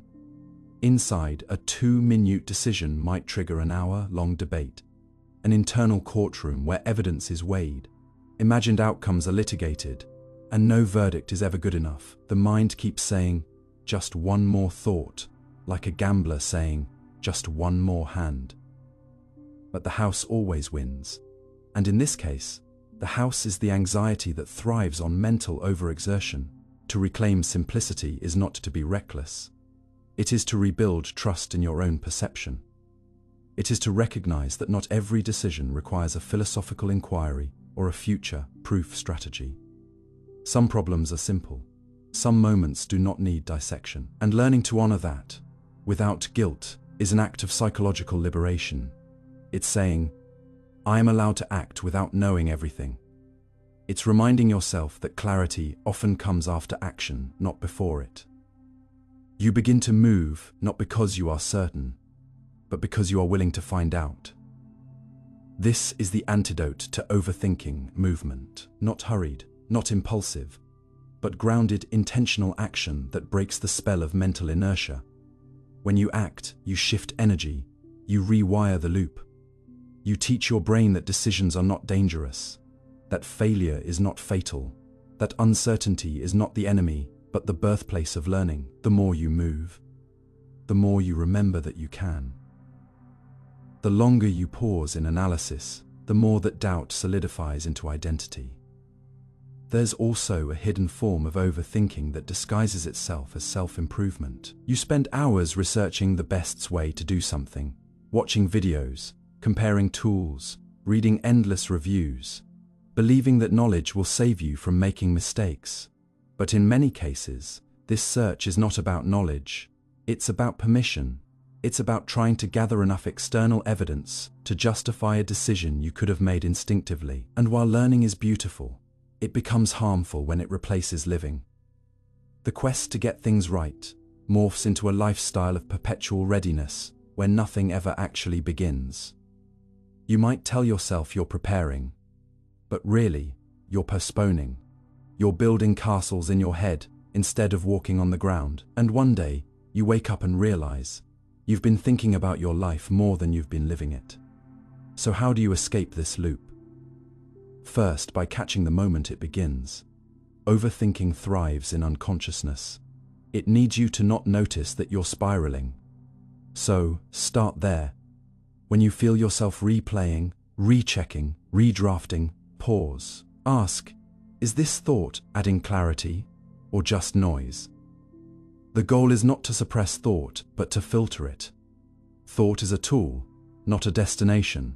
Second, reduce the cost of being wrong. If making a mistake feels like an identity crisis, you'll avoid action forever. But if you can normalize failure, not as proof of inadequacy, but as the pathway to refinement, you free yourself from perfectionism. Third, practice quick wins. Make a small decision fast, even if it feels uncomfortable. Choose the first outfit. Send the email. Pick the dinner spot. These small acts retrain your nervous system to trust movement. And fourth, remind yourself that you don't need to earn simplicity. You don't need to suffer for every decision. You're allowed to live lightly. You're allowed to not know and move anyway. And maybe, just maybe, that's the deepest irony of all. That what we call overthinking is often the avoidance of a deeper knowing. A truth that's already within us, but feels too quiet to trust, and so we build noise to drown it out. We think in circles because we don't want to feel in straight lines. But the body knows. The gut knows. The part of you that's been silently watching the entire loop knows. And when you start listening, not just to thoughts, but to yourself, you realize that many of life's most complicated puzzles were only complicated because you refused to accept how simple they truly were. Believing busyness equals value. You're not actually resting. You're just pausing one task to worry about another. And somewhere deep inside, you've started to believe that being busy is the same as being valuable. That a packed schedule is proof of your importance. That exhaustion equals contribution. And that the person who sleeps least, replies fastest, and juggles the most plates is somehow more worthy of admiration or belonging. But what if that's a lie, so baked into our culture that you no longer recognize it as deception? What if the glorification of busyness isn't about productivity, but about identity, about chasing external validation through motion, about substituting activity for meaning, and about fearing what stillness might reveal if you ever let it settle long enough? Because that's the hidden cost. The more you conflate being busy with being valuable, the more terrified you become of silence, of space, of moments where you're not needed, not chasing, not proving. That's not efficiency. That's addiction. A socially reinforced performance loop, where rest feels guilty, presence feels lazy, and doing nothing feels like you're falling behind in a race you never actually agreed to run. This myth, that busyness is a metric of worth, has roots in industrial capitalism, where time became currency, and humans were slowly conditioned to measure themselves in terms of output. How much you can produce, how fast you can deliver, how long you can go without stopping before that. Time was seasonal, cyclical, human. It flowed with the body and nature, but once the clock replaced the sun and the factory replaced the field, we entered a culture of constant motion, where pauses were punished and stillness was labeled waste. Fast forward to today, and the workplace is in your pocket. Your notifications buzz while you eat, while you walk. Even while you sleep, you check emails on weekends, you brainstorm in the shower.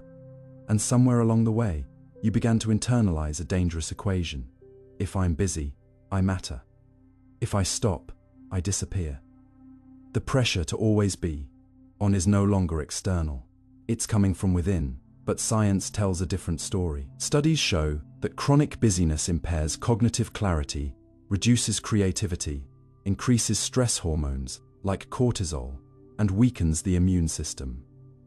In fact, your brain requires rest, not as a luxury, but as a biological necessity. Downtime activates the default mode network, a set of brain regions responsible for memory consolidation, self-reflection, and big-picture thinking. In other words, some of your most important mental processes happen, not while you are busy, but precisely when you are not. But here's the twist. In a culture addicted to visible output, inner work doesn't count. If people can't see it on your calendar or track it in a spreadsheet, it feels like you're doing nothing. So, you fill your time with visible tasks, emails, meetings, errands, not because they matter most, but because they're easiest to justify. It's performative productivity, looking busy to feel valid. This is why people open their laptops before they're fully awake. It's why we brag about how little we slept, or how many unread messages we have, as if depletion is a badge of honor. We confuse motion with meaning. We answer every request with "I'm swamped," because we're afraid that "I'm free" sounds like failure.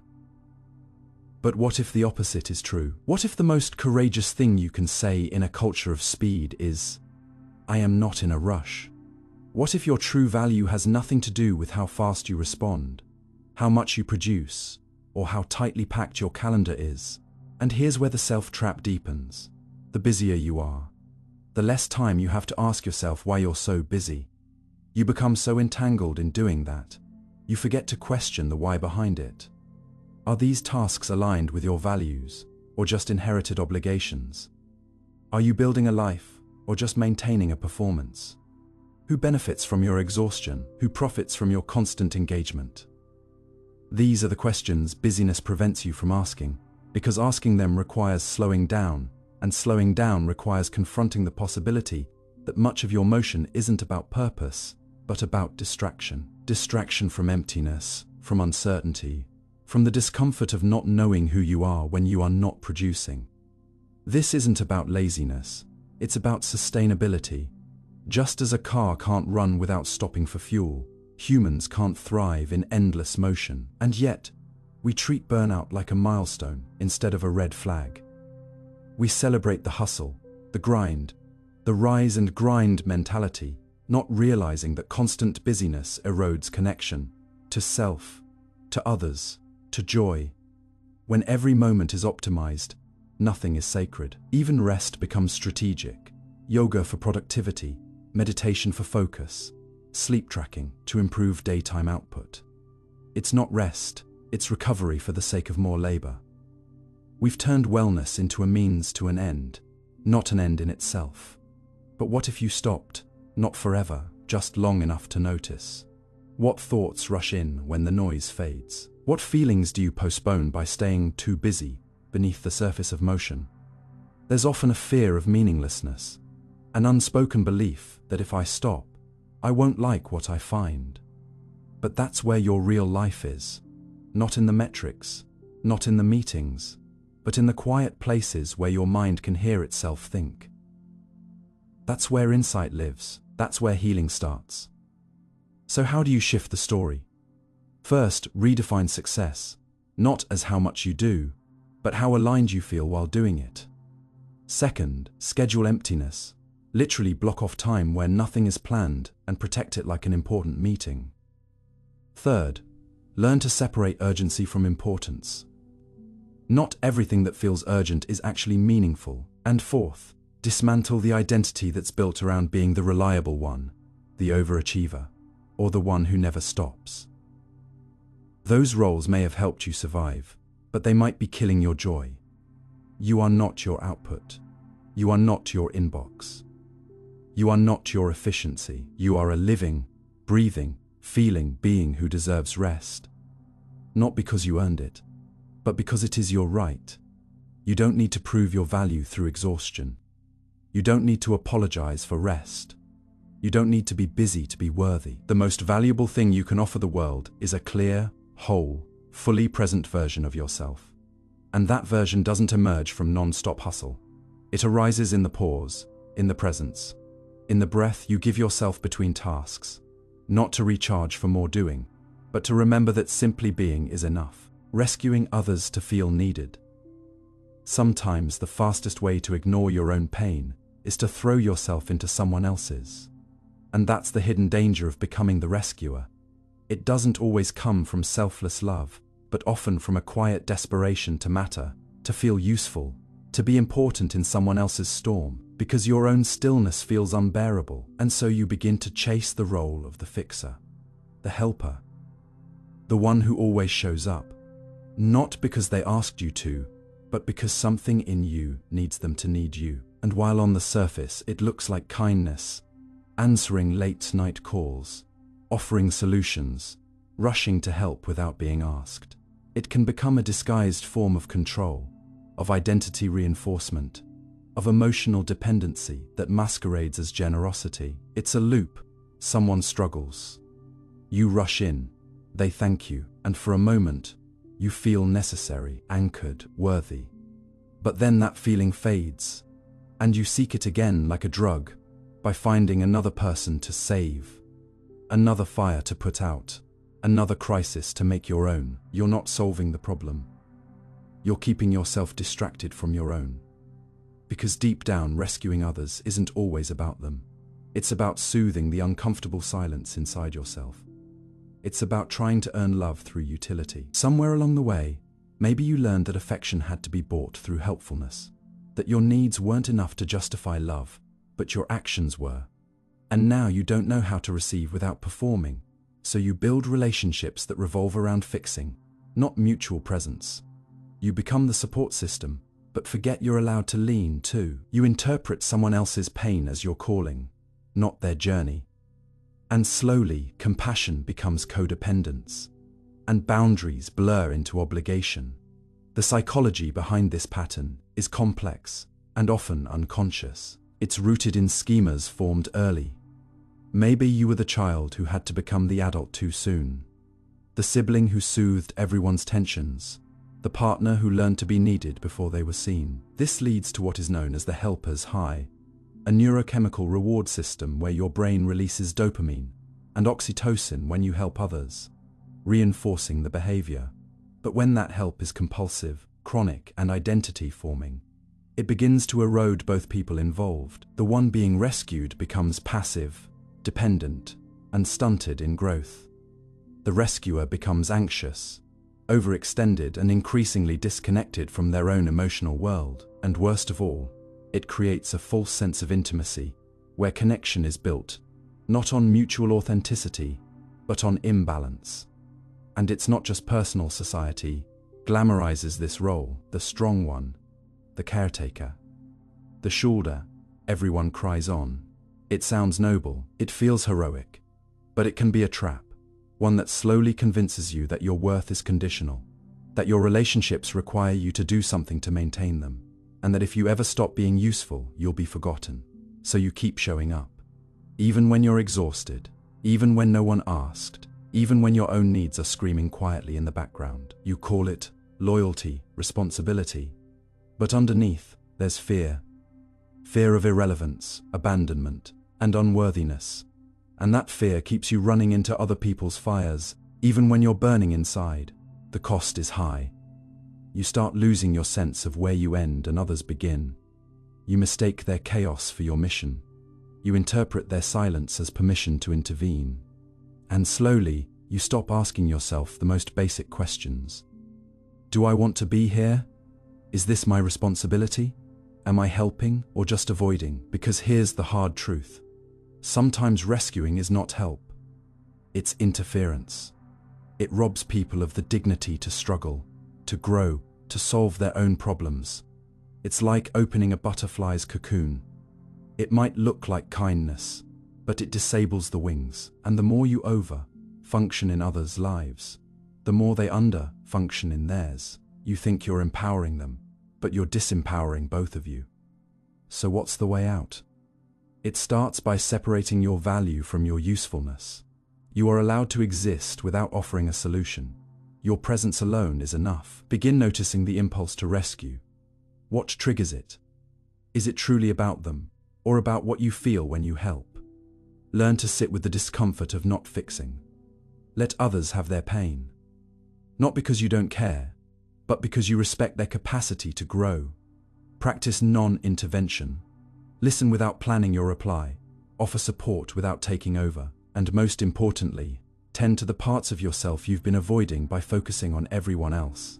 The rescuer often becomes the loneliest person in the room, not because no one loves them, but because they forgot how to let themselves be loved without earning it. Healing this pattern isn't about becoming cold or distant.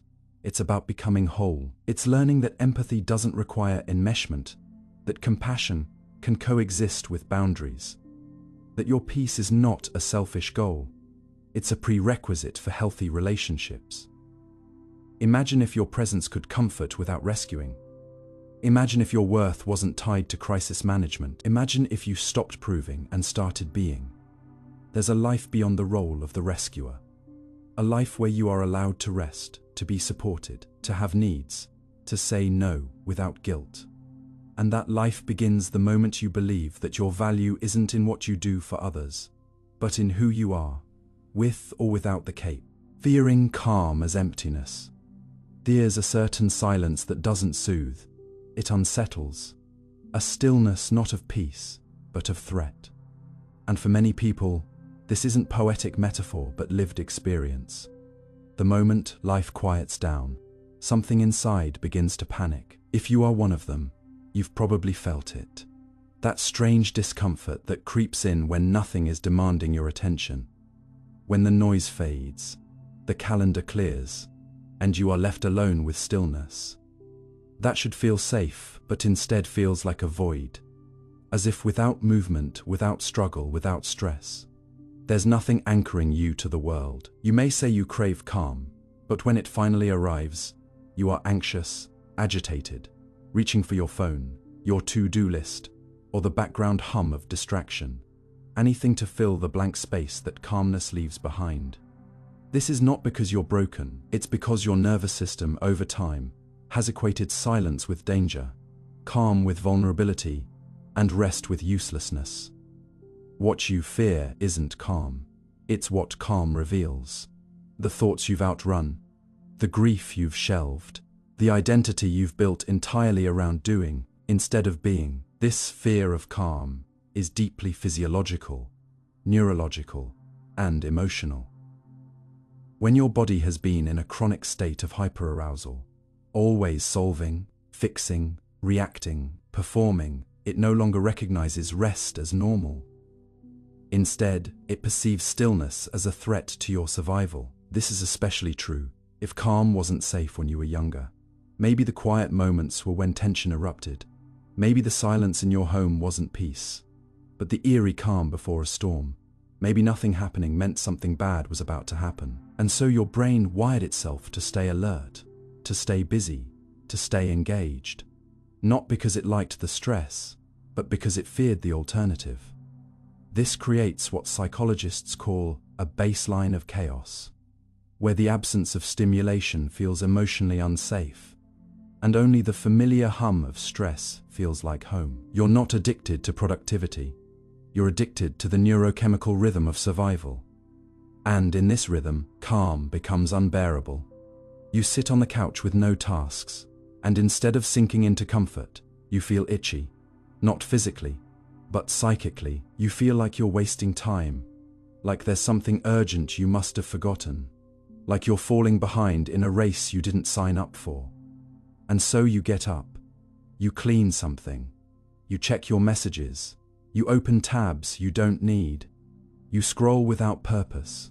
All of this is not about efficiency. It's a protective pattern, a nervous tick of the soul, a way to outrun the emotions that surface when the world stops pulling at you. This is where many high-functioning people struggle silently. They are constantly doing, not because they are thriving, but because stopping would mean confronting the ache they've been organizing their life to avoid. Calm becomes a mirror, and most people don't like what they see. Without noise, who are you? Without deadlines, what defines your value? Without multitasking, what distracts you from the loneliness, the restlessness, or the unprocessed memories waiting in the quiet corners of your mind. So instead of facing these questions, people chase tasks, drama, distraction.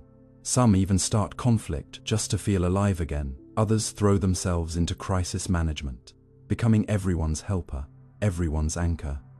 Because as long as they are useful, they don't have to feel useless. As long as they are needed, they don't have to wonder who they are when no one's asking for help. The tragedy is, this fear of calm slowly robs life of its depth. It makes peace feel like boredom, and reflection feel like danger. It teaches you to mistake burnout for passion and exhaustion for purpose. This is not just an emotional experience, it is deeply embodied. When your nervous system is trained to associate calm with disconnection, your body will rebel against peace. Your breath will quicken in stillness. Your muscles will tense in quiet. Your mind will start rehearsing catastrophes the moment things feel steady. This is why meditation can feel intolerable for some. Not because they're bad at it, but because silence pulls up everything they've spent years pushing down. And yet, this fear of calm is not a fixed sentence. It's a signal. It's your body asking for re-regulation. It's your mind showing you where the wiring went haywire. You don't need to shame yourself for not feeling relaxed when you should. You need to understand that should is a script that doesn't account for trauma, for conditioning, for the adaptive mechanisms you developed to stay emotionally afloat. Healing begins with noticing. Next time you feel anxious and calm, ask, what am I afraid of hearing in this silence? Is it self-criticism? Is it grief? Is it emptiness? Begin naming what surfaces without trying to solve it. Let your stillness be an observation deck, not a courtroom. Build tolerance slowly. 5 minutes of quiet, then 10, then maybe a walk with no podcast, a dinner without screens, a shower without blasting music. You are slowly reteaching your nervous system that it is safe to pause, that nothing bad will happen if you stop sprinting, that your worth isn't tied to movement, output, or tension. And in this space, something beautiful emerges. Actual calm, not the terrifying emptiness that comes from disengagement, but the nurturing quiet that allows clarity, creativity, and real presence to unfold. Because real calm isn't nothingness, it's not a void, it's the space where you finally meet yourself again, where thoughts settle like dust, where breath returns to its rhythm, where life is no longer a blur of reaction, but a dance of choice. And perhaps this is the ultimate transformation. Not escaping the noise, but no longer fearing its absence. To sit in stillness and not feel irrelevant. To be alone and not feel abandoned. To do nothing and not feel lazy. That is peace. And that peace doesn't come from fixing your life. It comes from unlearning the belief that calm is something to be earned, rather than something you are inherently worthy of. You don't need to deserve rest. You are rest. You don't need to chase calm, you become calm. Once you stop running from it, repeating patterns of unworthiness. You may think your choices are yours, that your preferences, reactions, relationships, and rhythms arise from logic, intention, or personality. But underneath all of it, running like an old operating system you never remember installing, there may be something far more subtle directing your life.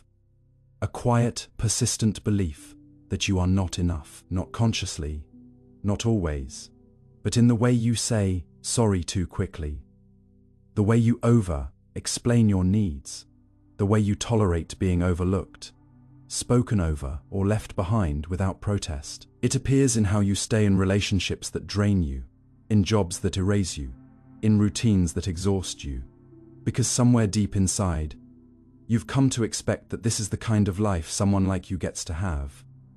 This isn't just insecurity. It's a learned emotional posture. And over time, it becomes a pattern, not of failure, but of repeated confirmation that your worth is conditional, negotiable, and always slightly less than whole. These repeating patterns of unworthiness don't always scream. They whisper. They disguise themselves as modesty, humility, or realism. They tell you to play small and call it wisdom. They tell you to be quiet and call it maturity. They tell you to settle and call it gratitude.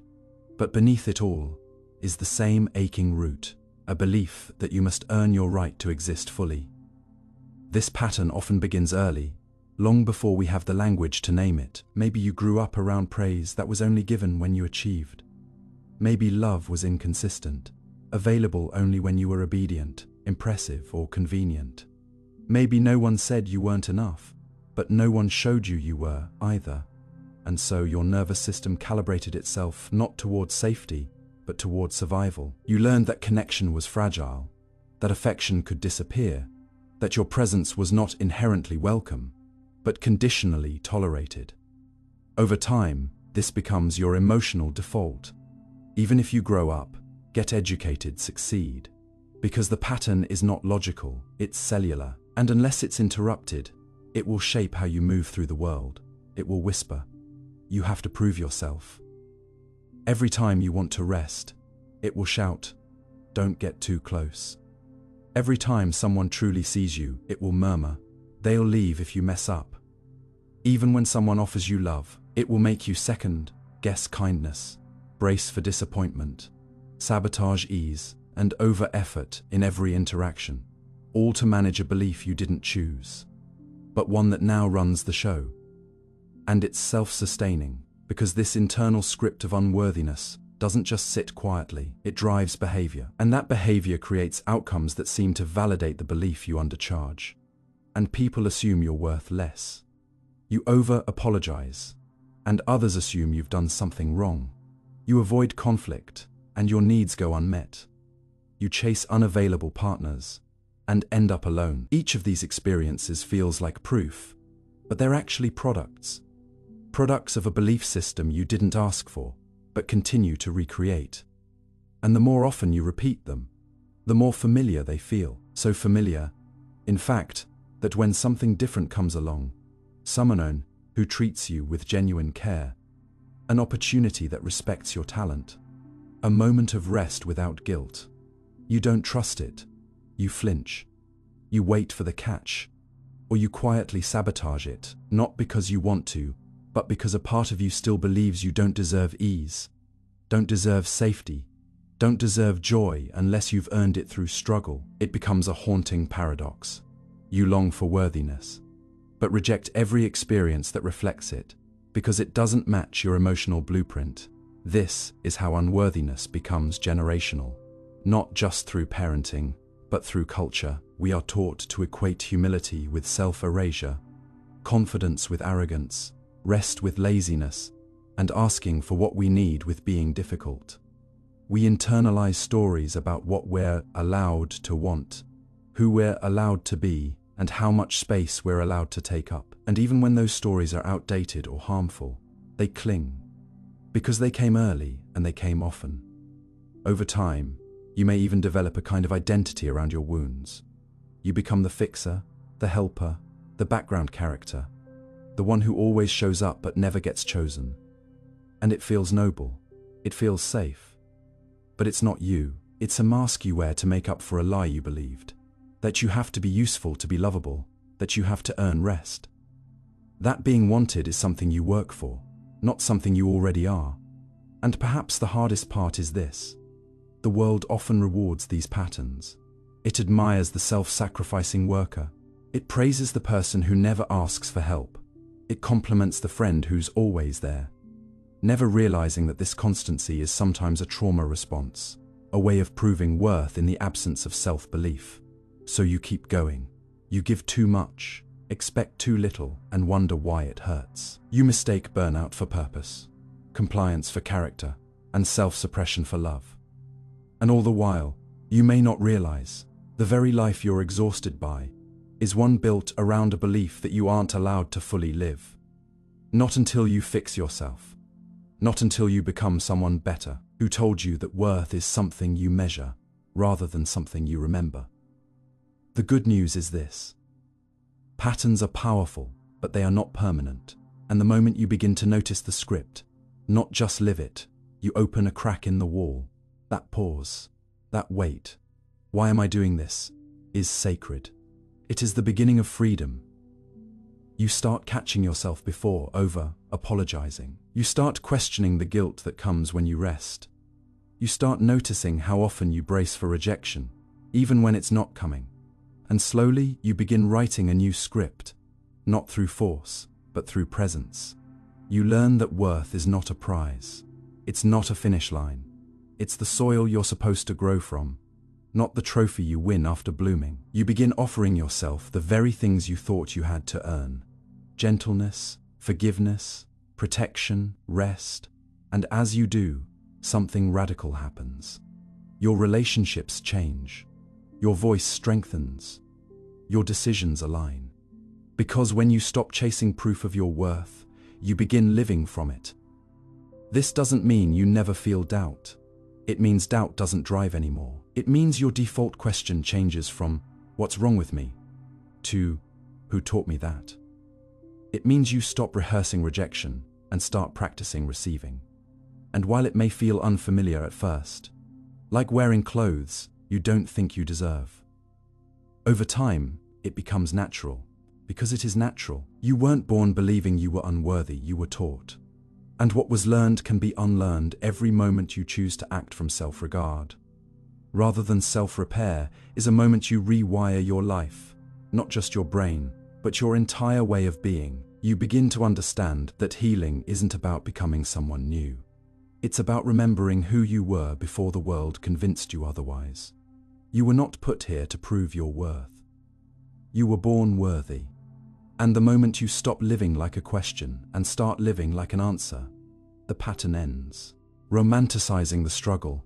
There's a strange poetry in pain that we're often too embarrassed to admit. We find beautiful something about the worn-down soul who keeps going, the rain-soaked figure walking alone, the artist creating by candlelight through heartbreak, the sleepless mind that turns agony into insight. Somewhere along the way, you may have learned not just to endure struggle, but to admire it, to decorate it, to make it a badge of honor, as if hardship alone were proof of depth, as if suffering were the only path to meaning. And maybe you never chose this consciously, but still you find yourself drawn to the chaos that breaks you open, to the friction that makes you feel alive, to the stories that frame exhaustion as passion and self-neglect. As sacrifice you call it resilience, you call it strength. But what if, underneath the aesthetic of perseverance, there's a hidden belief that ease is empty, that comfort is shallow, and that struggle is the only way you're allowed to matter? What if, by romanticizing the struggle, you've unconsciously trapped yourself in a narrative where suffering isn't just inevitable, it's necessary? It begins innocently. We're told the greatest heroes rose from nothing, that the best art comes from pain, that growth must hurt, and that anything worthwhile requires a battlefield. We hear it in stories, see it in media, feel it in the way society praises those who sacrifice everything for their work, their families, their dreams. The exhausted mother who never asks for help, the startup founder who hasn't slept in days, the musician who bleeds into their lyrics, the student who collapses after exams. These images don't just reflect struggle, they glorify it. They teach us that the more broken you are, the more real you are, that the weight you carry is proof you're worthy. And so you learn to seek not just goals, but the pain that justifies them. You choose the harder path not because it's better, but because easy feels like cheating. You delay joy until it's earned. You reject peace because it feels undeserved. And over time, suffering becomes your compass. If it hurts, it must be right. If it's unbearable, it must be meaningful. If you're exhausted, you must be getting somewhere. But are you? The danger of this mindset is subtle. It doesn't scream. It whispers. It turns self-care into guilt, rest into laziness, boundaries into selfishness. It makes you equate worth with hardship and identity with struggle. So when life finally offers you peace, when the opportunity arrives, that doesn't demand your destruction. When the love comes, that doesn't need fixing. When the moment appears, that doesn't cost your sanity. You flinch, you hesitate, you reject it, not because it's wrong, but because it doesn't fit the story you've been living. The story that says if you're not suffering, you're not trying hard enough. The story that says you have to bleed to be real. But that story is not truth. It's trauma. It's a collective inheritance of burned, Out generations who were never taught how to rest, only how to push. And when you internalize that legacy, you become its vessel. You pass it on. You raise children who think crying is weakness, who think hustle is love, who believe stillness is failure. The cycle repeats, not because it's noble, but because it's familiar. And familiarity feels safe, even when it's destroying you. That's why some people stay in relationships full of friction, because the tension feels like connection. That's why some people work themselves to the bone, because exhaustion feels like progress. That's why some people sabotage moments of ease, because peace feels like a trap. It's not that they want to suffer, it's that they've mistaken suffering for significance. They've confused being busy with being valuable, being stressed with being useful, being in pain with being alive. And this confusion isn't just emotional, it's neurological. The brain, conditioned over time, begins to associate stress hormones like cortisol and adrenaline with reward. Struggle becomes chemically reinforcing. You get a hit of urgency, a rush of self-importance, a sense of control through effort, and soon, you're addicted, not to the work itself, but to the feeling of being needed, of being pushed, of being on the edge. You chase it, even when it hurts, even when it's unsustainable, even when it's leading you away from the life you actually want. The irony is romanticizing struggle often keeps you from real transformation, because when pain becomes your identity, healing feels like betrayal. When you're known as the strong one, resting feels like failure. When your story is built on survival, thriving feels fake. So you stay in the discomfort you've made aesthetic. You decorate your burnout with productivity quotes. You frame your loneliness as independence. You post your breakdowns like badges. But deep down, a part of you longs for softness, for stillness, for the freedom to not constantly fight. And yet you don't know how to arrive there, because no one taught you how to value peace without earning it. No one told you that ease is not the enemy of growth, but its companion, that joy can be just as deep as sorrow, that clarity can come from calm, not just chaos, that the absence of struggle is not a lack of character, but a presence of healing. So how do you unlearn the aesthetic of pain? It begins by noticing your reflexes. When someone offers help, do you resist? When rest calls you, do you guilt yourself? When a situation is smooth, do you distrust it? These are clues, not of weakness, but of wiring. And that wiring can be rewired. It takes practice. It takes self-permission. It takes learning to trust ease, to welcome joy, to embrace softness, not as a detour, but as a destination. It means rewriting the script that says value comes from effort. It means questioning the voices that praise your suffering, but ignore your joy. It means realizing that you don't have to hurt to matter, that love doesn't require pain to be real, that success doesn't need struggle to be valid. You are allowed to live a life that doesn't exhaust you. You are allowed to choose peace before breakdown. You are allowed to be proud of healing, not just surviving. And yes, struggle will still come. Life will still test you, but you don't have to chase it. You don't have to frame it. You don't have to turn it into your identity. You can hold space for your pain without becoming it. You can grow without suffering as your fuel. You can rest without apology. You can be whole without the wounds to prove it. And perhaps most radically, you can define yourself not by what you've endured, but by what you've allowed. Joy, softness, stability, quiet. Because there's nothing weak about choosing light. There's nothing shallow about choosing love that doesn't hurt. There's nothing fake about ease. In fact, it takes more strength to soften than to brace. More courage to stay when things are peaceful than to flee into chaos. More wisdom to choose a life that nourishes you than one that constantly tests you. So next time you find yourself glorifying the grind, admiring the angst, romanticizing the ruin, pause, ask yourself, is this beautiful because it's meaningful or because it mirrors my wounds? Am I choosing this path because it aligns with me, or because it continues a story I don't know how to leave? You are not here to earn your worth through agony. You are not here to impress the world with how much you can endure. You are here to live fully, freely. And sometimes, the most radical act of self-respect is this: to stop making pain the centerpiece of your worth. To let go of the struggle. Not because you failed, but because you finally understand you never needed it to begin with. Seeking control in chaos. Some people don't realize it until the room is already spinning. Their thoughts racing, their heartbeat accelerating, their hands reaching for some invisible handle to grip. But chaos, to them, is not just a storm to escape. It's a familiar rhythm, a broken song they know all the lyrics to, a kind of disarray that secretly soothes them because it gives them a role. The one who manages, fixes, survives. They don't invite disaster on purpose. And yet, over and over again, they find themselves tangled in emergencies, drawn into drama, entangled in emotional messes. Not because they want pain, but because they crave the one thing pain seems to offer them: the illusion of control. It's easier to micromanage panic than to sit in stillness. It's simpler to solve problems than to surrender to uncertainty.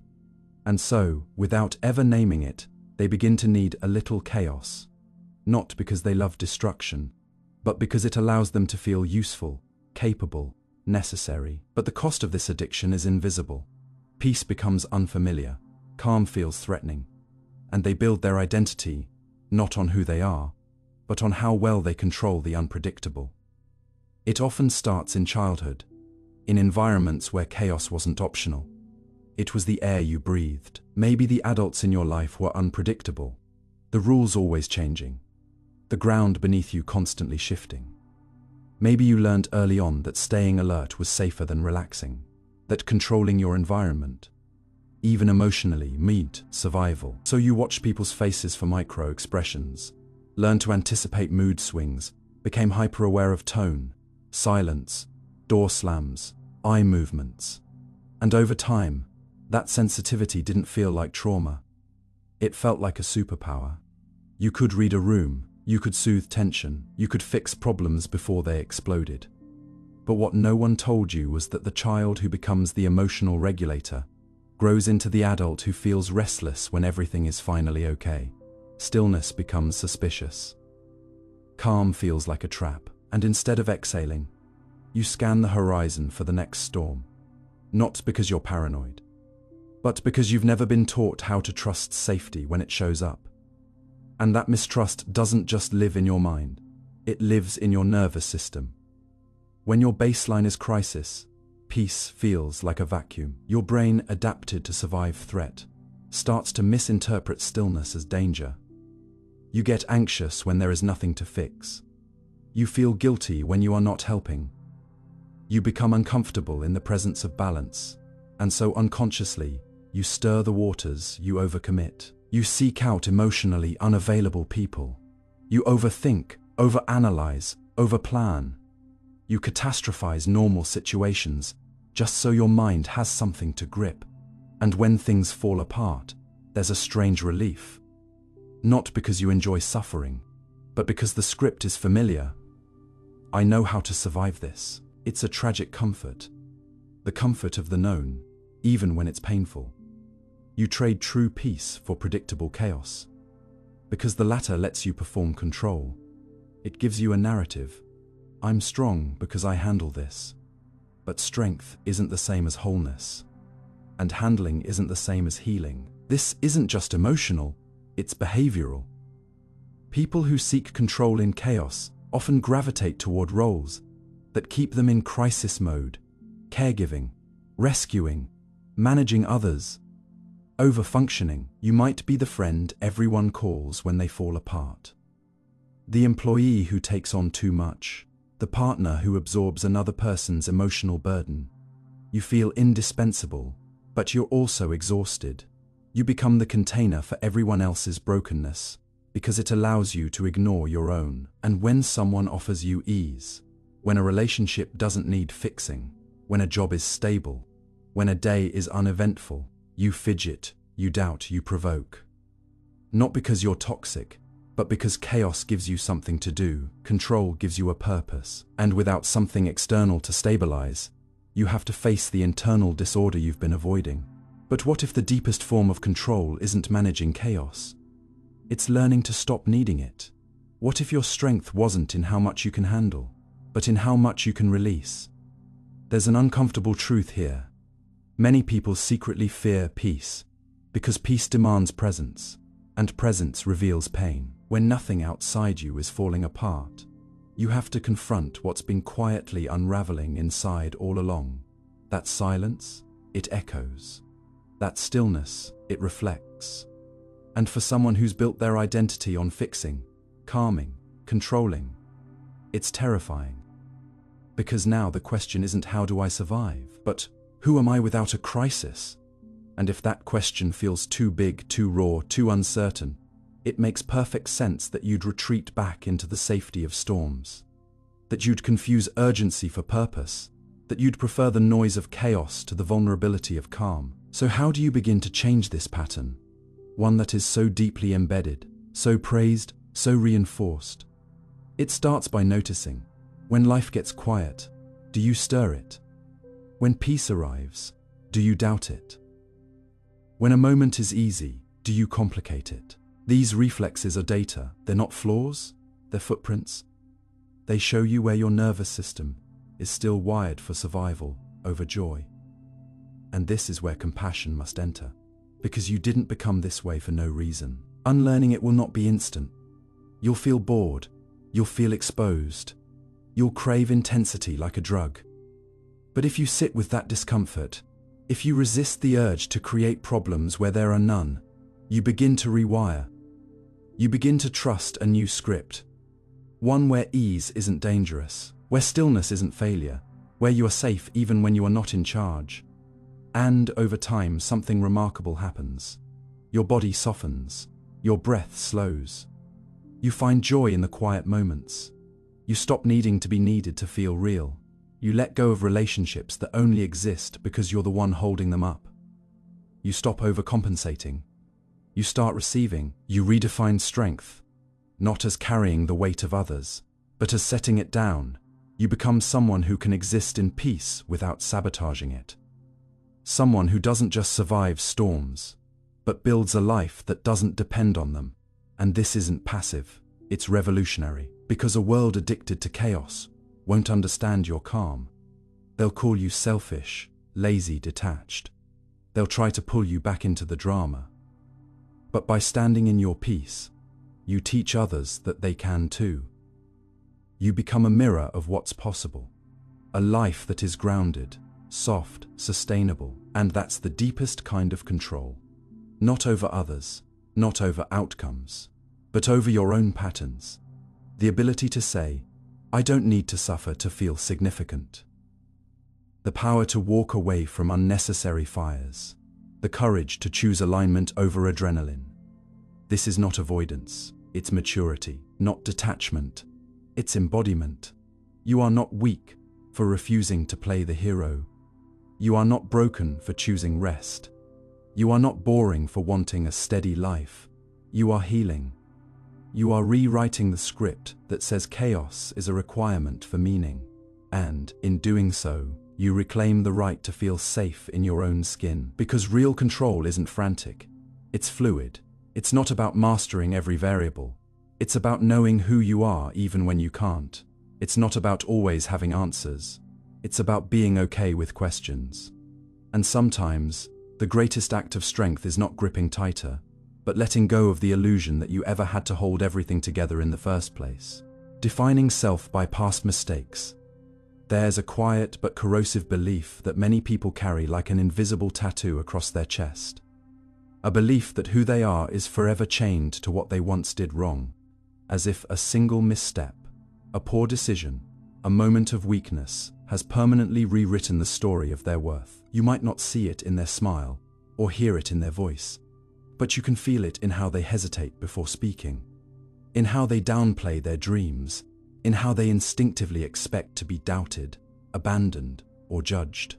These people aren't always the loudest critics of others, but they are the most brutal judges of themselves. They wear their mistakes not as memories, but as identities. I cheated once, so I must be disloyal. I failed back then, so I must be incapable. I hurt someone once, so I must be unlovable.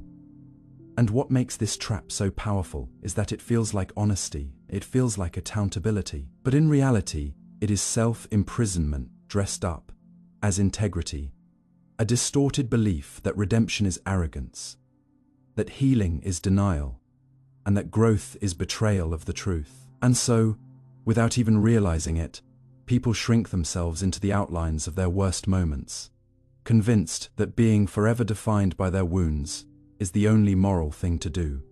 But identity is not meant to be carved from the stone of shame. Mistakes are not character, they are chapters. And yet, for so many, the past feels like quicksand. No matter how far they try to climb, some part of their mind keeps pulling them back down into old accusations. Maybe it started with someone else's voice, an angry parent, a disappointed teacher, a betrayed partner, but over time that voice became internal. Now every attempt at joy feels undeserved, every compliment feels misplaced, every opportunity feels like a setup for exposure. If they only knew what I've done, they'd leave. And so the person sabotages themselves, not because they want to fail, but because they believe failure is the honest place to return to. They interpret discomfort not as challenge, but as confirmation. This is who I really am.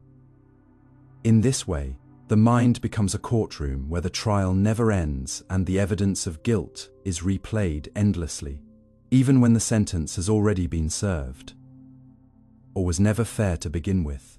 There's something profoundly human in this. Our brains are wired to remember pain more vividly than pleasure, to fixate on what went wrong as a way of preventing future harm. But when that protective instinct becomes obsessive, it stops being useful. You can't learn from your past if you never leave it. And yet, we live in a culture that weaponizes perfection, that demands spotless histories, that conflates flawlessness with virtue. We cancel, we label, we reduce. And the internalization of this culture leads people to internal exile. They withdraw from connection. They hold back from love. They numb their potential, not because they don't care, but because they care too much. They want so badly to do better, to never hurt again, that they think the price of growth must be permanent guilt. They confuse accountability with self-erasure, and in doing so, they build their future out of the bricks of their lowest moments, never realizing that they're allowed to put the past down, not to forget it, but to stop carrying it like a curse. One of the cruelest aspects of defining yourself by your past mistakes is how it narrows your vision. You stop seeing what's possible. You stop believing that change is real. You start thinking that other people can transform, but you are different. You are too broken, too guilty, too late. You convince yourself that any effort to evolve is performative, that the real you is still that person who lied, who failed, who hurt someone. But growth isn't a mask. It's not pretending. It's choosing every day to become more aligned with your values. It is not about rewriting history. It's about choosing not to let history rewrite you. The irony is the people most haunted by their mistakes are often the ones who have the deepest capacity for empathy, for wisdom, for gentleness. But that light never reaches them because they keep facing the wrong direction, toward the past, toward the version of themselves they're most ashamed of, instead of the version they're trying to build.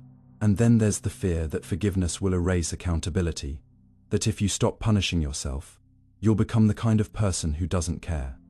But self-hatred is not the same as responsibility. In fact, it often gets in the way. When you're stuck in shame, you're more likely to repeat the very behaviors you regret. You're acting from a place of fear, not clarity. You're surviving, not choosing. But when you forgive yourself, not as a shortcut, but as a deep acknowledgement of complexity, you create the space to act differently, to make amends, to show up, not to undo the past, but to shape what comes next.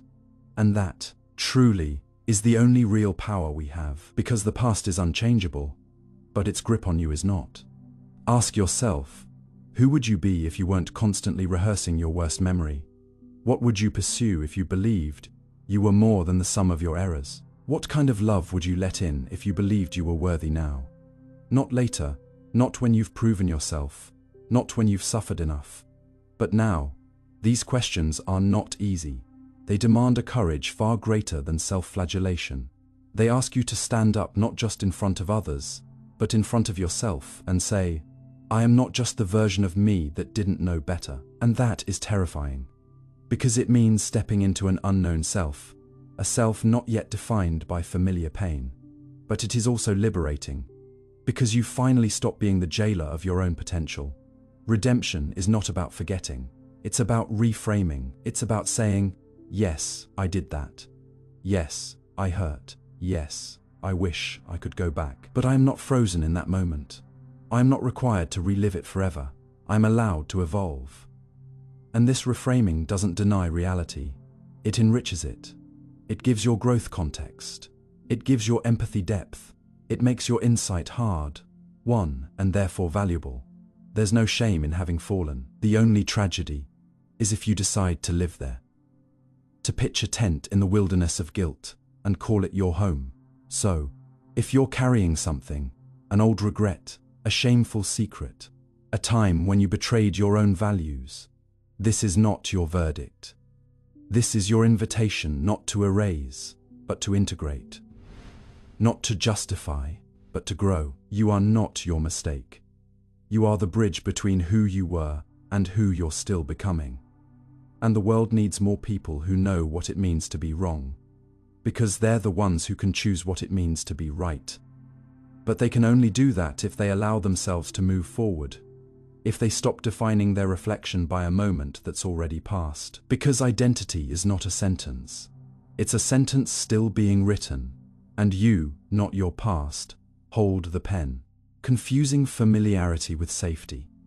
There's a peculiar illusion that creeps into the human mind, a quiet trick of the psyche that convinces you what is known must be what is safe, that the patterns you've lived with the longest are the ones you can trust, even when they hurt you. It's the strange comfort of a toxic friendship, the numb normalcy of an unfulfilling job, the repetition of old arguments in relationships you don't even want to be in anymore. It's the voice that says, at least I know how this ends, as if predictability could ever substitute for peace. And perhaps the most startling part is that this belief doesn't shout. It whispers. It speaks in sighs of resignation, in quiet routines, in that familiar ache you've stopped noticing. You tell yourself you're just being realistic, that you're not a risk taker, that new is dangerous, that change is reckless. But what if the truth is the opposite? What if the most dangerous thing is clinging to the past because it feels familiar, while calling it safety because you are too exhausted to imagine something else? What if you are mistaking repetition for reliability, and in doing so, shrinking your entire life into a loop you never consciously chose? The human brain is built to prefer the familiar. It's a survival mechanism. Something evolution taught us to reduce danger. The known path held fewer predators. The known food didn't poison. The known group meant protection. But in the modern world, this instinct often backfires.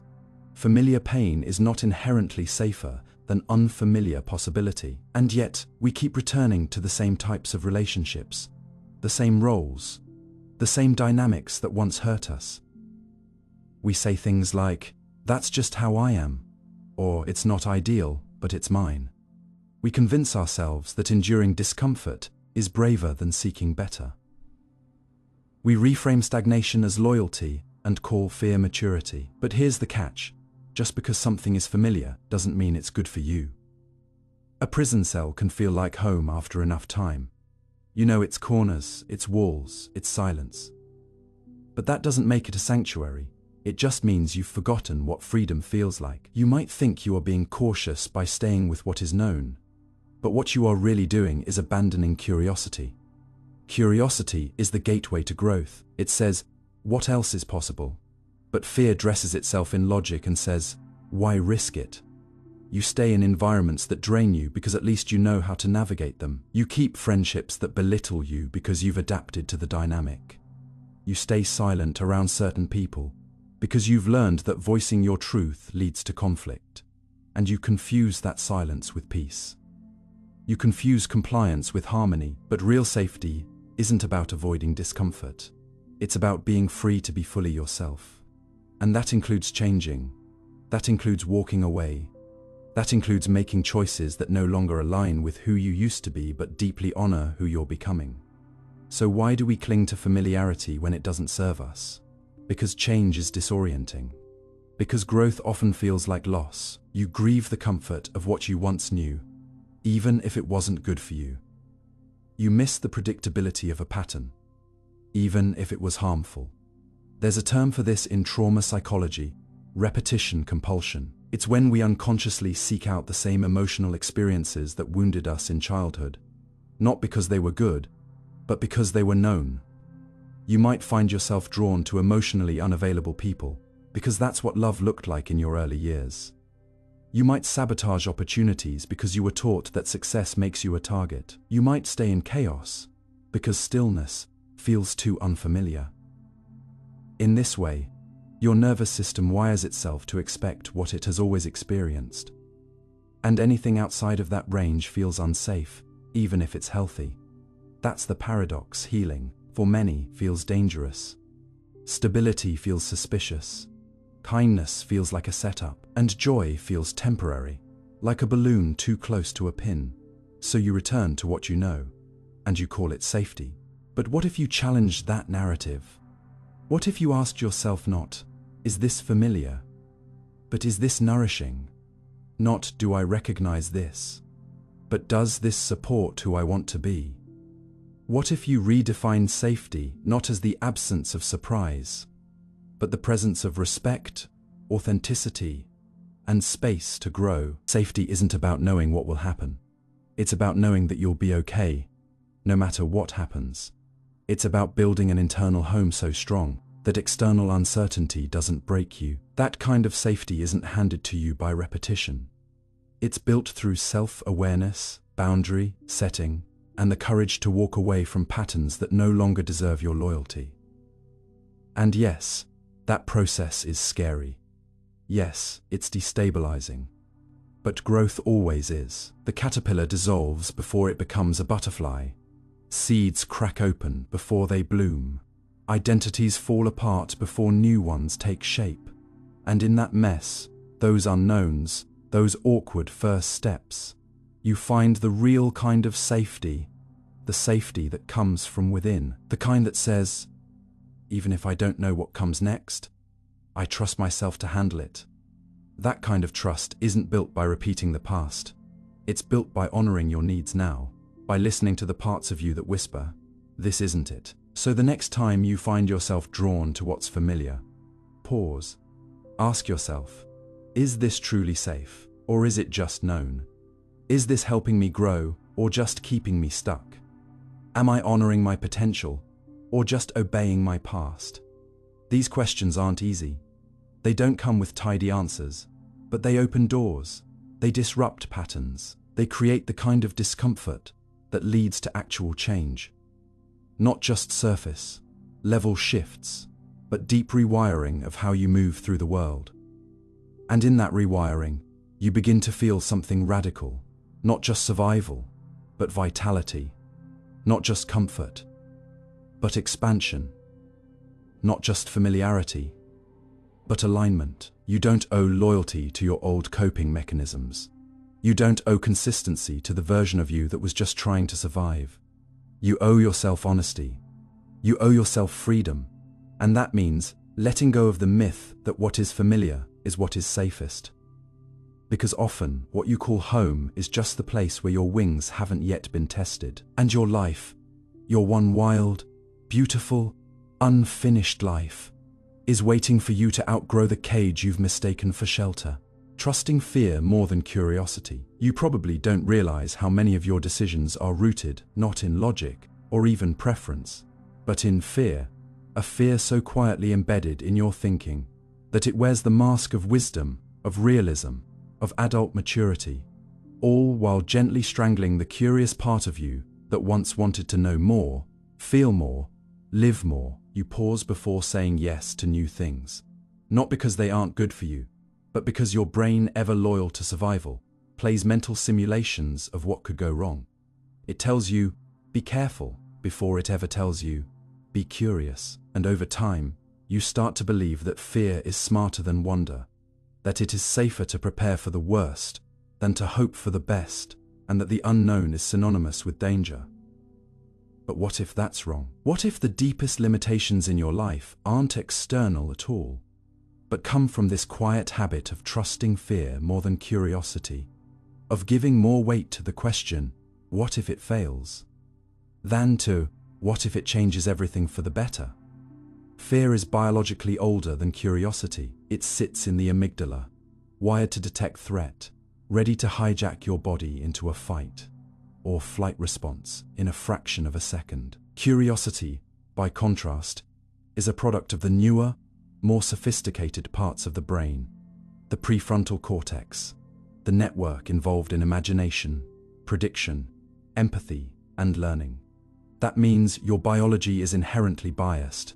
It will prioritize fear unless you consciously intervene.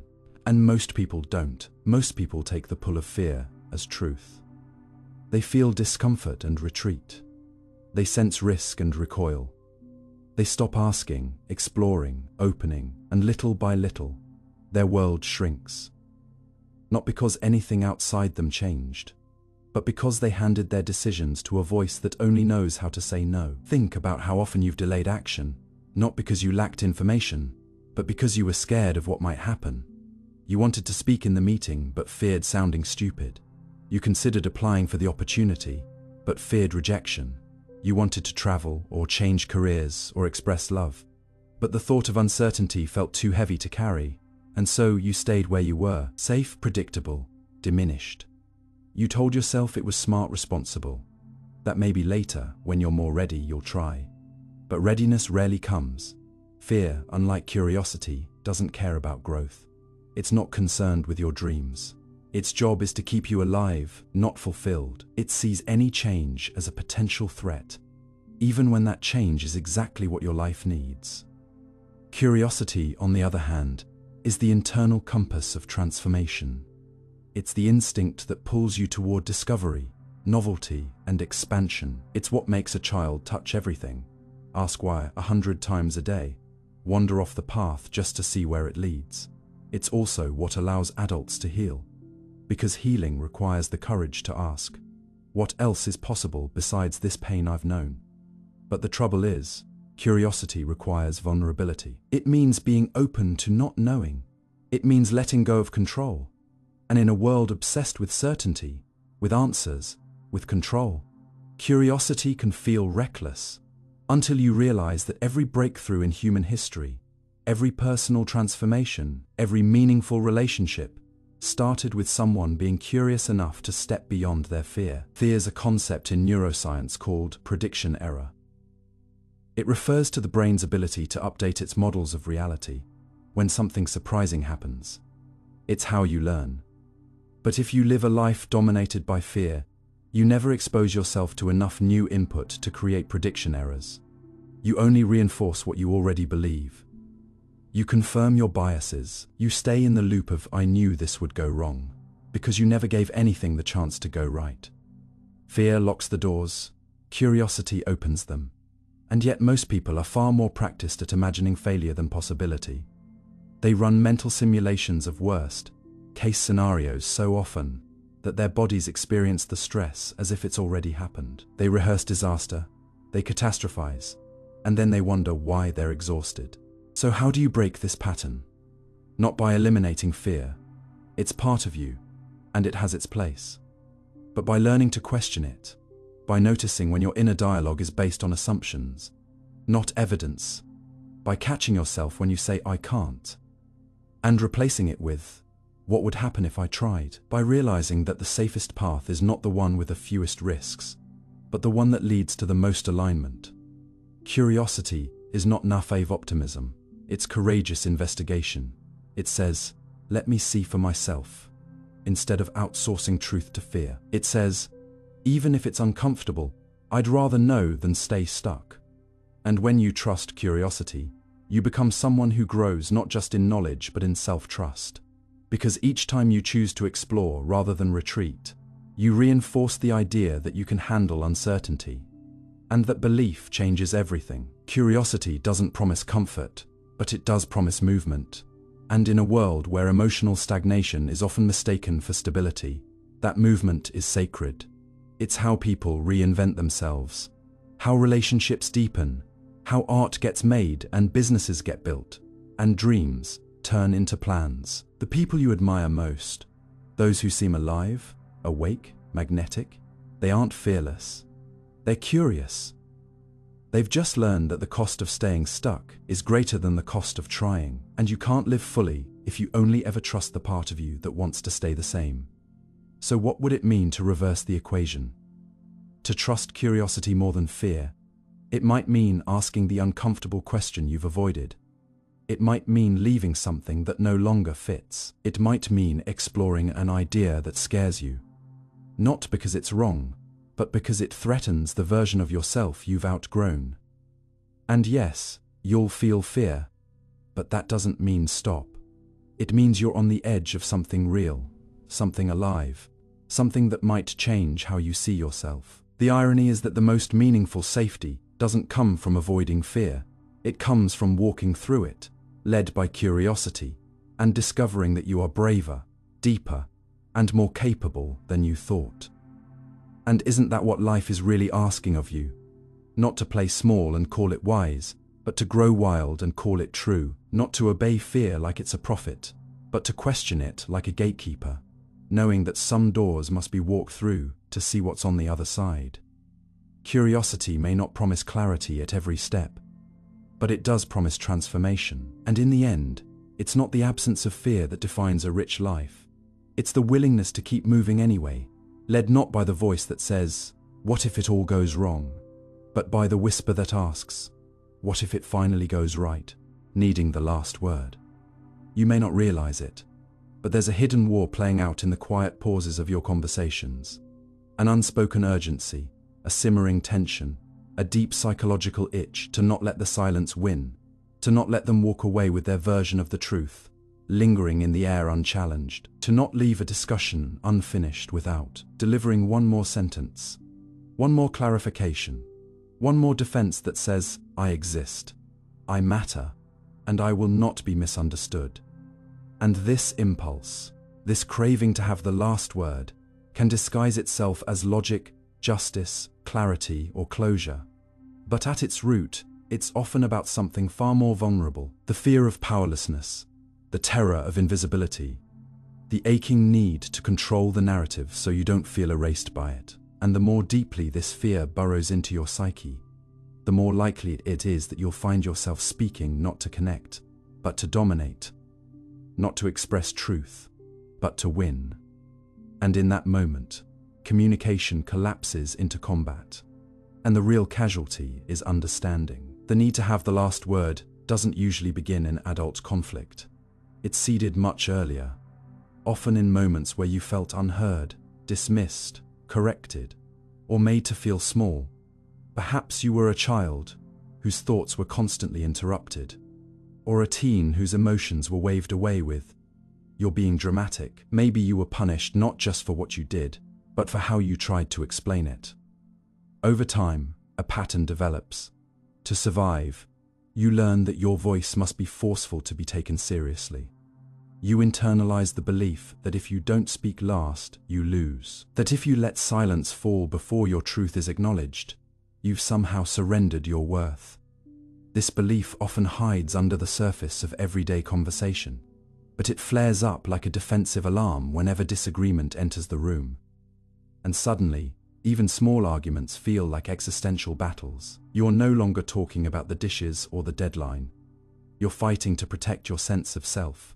Psychologically, the desire for the last word is often a form of ego preservation. The ego, in its fragile state, equates being right with being safe, and being wrong with being unworthy. So, it clings, it resists, it rationalizes, and when cornered, it seeks narrative closure, not for peace, but for victory. Neurologically, this process is reinforced by the brain's reward systems. Every time you win a debate or shut down an opposing view, your brain receives a tiny hit of dopamine. It feels good, you feel affirmed, but the long-term cost is rarely worth it. Conversations become strained, relationships become transactional, intimacy erodes.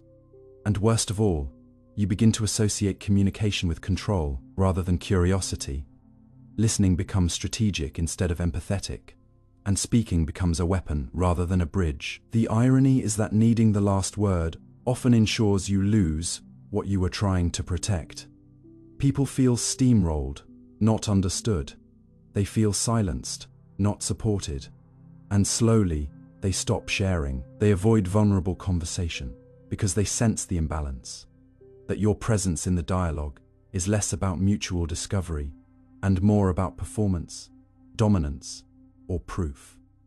And so the very thing the last word was supposed to guarantee, connection, validation, resolution, slips further out of reach. What's more, it creates a chronic tension in your own mind. Even after the conversation ends, you might ruminate. Did they really understand me? Did I explain myself enough? Should I have said more? And the cycle begins again. There's also a deeper philosophical paradox here. If you always need the last word, then you're never truly finished speaking. Not in your mind, not in your heart. You remain tethered to unresolved energy, unable to let go, unable to trust that truth can stand without constant reinforcement. You become addicted to closure that never truly satisfies, because it wasn't built on mutual understanding, but on a fear of erasure. In fact, some of the most powerful forms of communication happen not when you speak last, but when you choose not to. When you consciously allow the conversation to end without your seal on it, because you've decided your peace doesn't depend on their agreement.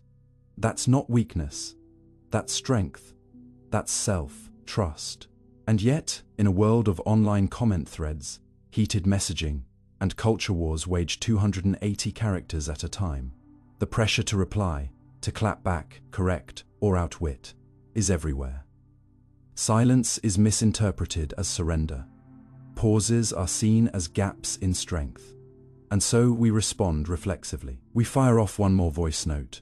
We type a paragraph we'll later regret. We insert ourselves again and again into the center of the story, afraid that if we don't, we'll be written out. But consider this. What if your worth isn't proven by having the last word, but by knowing when your silence speaks louder? What if the ability to end a conversation, not with defeat, but with dignity, is the truest form of inner power? This doesn't mean you should never defend yourself. Some situations do demand clarification, boundaries, and assertiveness. But when your need to speak is driven more by anxiety than by alignment, more by ego than by empathy, more by reaction than by reflection, then perhaps it's time to pause, to ask, what am I really trying to protect here? And what if I could feel safe even if they never fully understand me? That shift, from proving to resting, is where emotional maturity lives. It's where you begin to own your truth, instead of needing others to echo it. So next time you're in a difficult conversation, and you feel that urge, that tightening in your chest, that rising heat in your throat, that silent scream of just one more thing, pause, breathe, ask yourself, will this next sentence bring clarity or control? Will it move us forward or just fortify my side of the wall? Because sometimes, the most courageous act isn't saying more. It's saying nothing, and trusting that your silence doesn't mean defeat. It means freedom. You are no longer a prisoner of needing to be heard in order to feel valid. You've remembered something more powerful, that your truth is not made real by how loudly you speak it, but by how deeply you know it. Pleasing to avoid conflict. It begins with a smile that's just a little too quick. A sure, no problem, that escapes your lips before you even check how you actually feel. A nod of agreement. Not because you agree, but because you fear what might happen if you don't. And over time, these tiny self-betrayals pile up like invisible weight. bending your spine under the pressure of other people's comfort, while your own needs quietly suffocate beneath the surface of your pleasantness, until one day you realize that your ability to maintain peace has come at the cost of your ability to live in it. The urge to please in order to avoid conflict doesn't announce itself with fireworks. It whispers, it blends in, it looks like kindness, helpfulness, cooperation, but beneath its gentle exterior lies a powerful, often painful psychological force. The fear that being true to yourself will trigger rejection, abandonment, or emotional danger. And so you choose appeasement over authenticity, harmony over honesty, being liked over being real, and slowly, the person others admire for being so agreeable becomes the person who no longer recognizes their own reflection, because that reflection has been shaped by everyone else's expectations, but never their own. This dynamic often forms early, in environments where disagreement was punished, where expressing boundaries was labeled selfish or disrespectful, where love felt conditional on compliance. Maybe you learned that being quiet kept the peace. Maybe you saw that when others got angry, it wasn't safe to push back. Or maybe your worth was tied to being the good one, the easy one, the one who never caused trouble. So you adapted. You minimized your needs. You smiled through discomfort. You apologized when others were at fault. And though these behaviors helped you survive emotionally unstable environments, they gradually taught your nervous system that pleasing others was the only path to safety. Your brain encoded a false but convincing rule: conflict equals danger, so avoid it at all costs. And every time you swallow your opinion, overextend your capacity, or agree just to keep someone calm, your brain rewards you with a temporary sense of control. Because you've avoided the dreaded discomfort of confrontation, even if it meant abandoning yourself. Neuroscience supports this survival instinct. The brain is wired to seek social belonging as a fundamental human need, on par with food and shelter. Historically, being cast out from the tribe meant death. So when you sense even subtle disapproval, your amygdala lights up with threat signals. And if you've been conditioned to associate conflict with loss of love, stability, or respect, then your system reacts as though disagreement is a crisis to be managed, not a normal part of human interaction. In that state, pleasing others doesn't feel like a choice. It feels like self-preservation. But here's the paradox. The more you avoid conflict to protect your relationships, the more you damage them. Because real connection requires truth. And if you're always suppressing your truth for the sake of peace, then the peace is an illusion. And over time, illusions crumble under the weight of unspoken resentment. This pattern also leads to emotional burnout. People who chronically please often feel exhausted, overwhelmed, or inexplicably resentful. They may wonder, why do I feel so drained after spending time with others? Or why do I feel anxious even when nothing is wrong? The answer often lies in the energy it takes to constantly scan for others' moods, anticipate needs, monitor potential triggers, and adjust your behavior accordingly, all while silencing your own needs in the process. This hypervigilance erodes your sense of self. It teaches your nervous system that your internal compass is less important than the emotional weather of those around you. And in doing so, it creates a life where you're constantly managing others' perceptions, rather than living your own truth. What's more, people-pleasing often results in the very outcomes you were trying to avoid. When you never say no, people begin to expect yes. When you never set limits, they assume you have none. When you always agree, they stop asking what you actually think. And slowly, your relationships become one-sided, with you doing the emotional labor to keep things smooth while your own needs remain invisible. Eventually, you may erupt in frustration or withdraw completely, not because others are inherently unkind, but because you never gave them the chance to know the real you. You trained them to love the version of you that doesn't push back, doesn't protest, doesn't protect your own well-being. And by the time you crave authenticity, it feels risky, because the foundation was built on your silence. So how do you begin to unlearn this? It starts with noticing the moments you abandon yourself in favor of comfort. When you say yes and feel dread immediately after. When you smile but feel the sting of self-erasure. When your body tenses up in conversations that seem fine. These are not trivial signs. They are the signals of a self trying to wake you up. And the work isn't about becoming confrontational. It's about becoming congruent. It's about letting your outer yes match your inner truth. It's about honoring your discomfort as a teacher, not a threat. And most importantly, it's about believing that your boundaries are not burdens, but bridges to healthier connection, to self-respect, to freedom.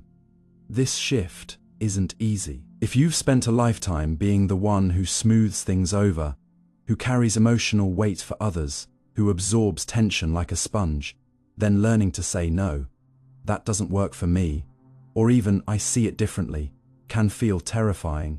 You might feel guilt. You might fear backlash. You might even lose some people who only valued the agreeable version of you.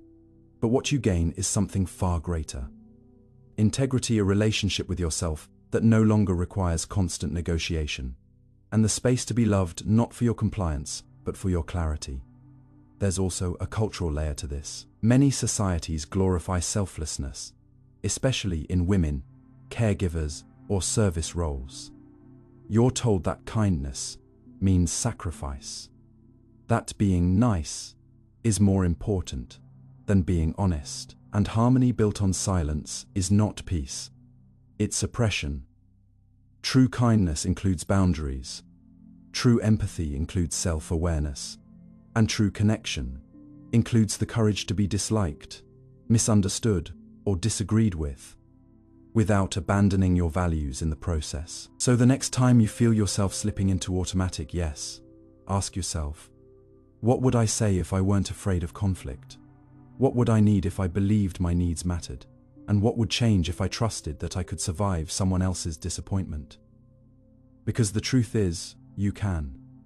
You are no longer the child who had to keep everyone happy to stay safe. You are an adult with a voice, and that voice is not dangerous. It's necessary. The goal is not to become selfish or inflexible. It's to become whole, to speak from a place where honesty and compassion coexist, where you no longer protect others from your truth, but invite them into it. And if that truth causes friction, let it. Let it challenge the pattern. Let it reveal who's willing to meet the real you.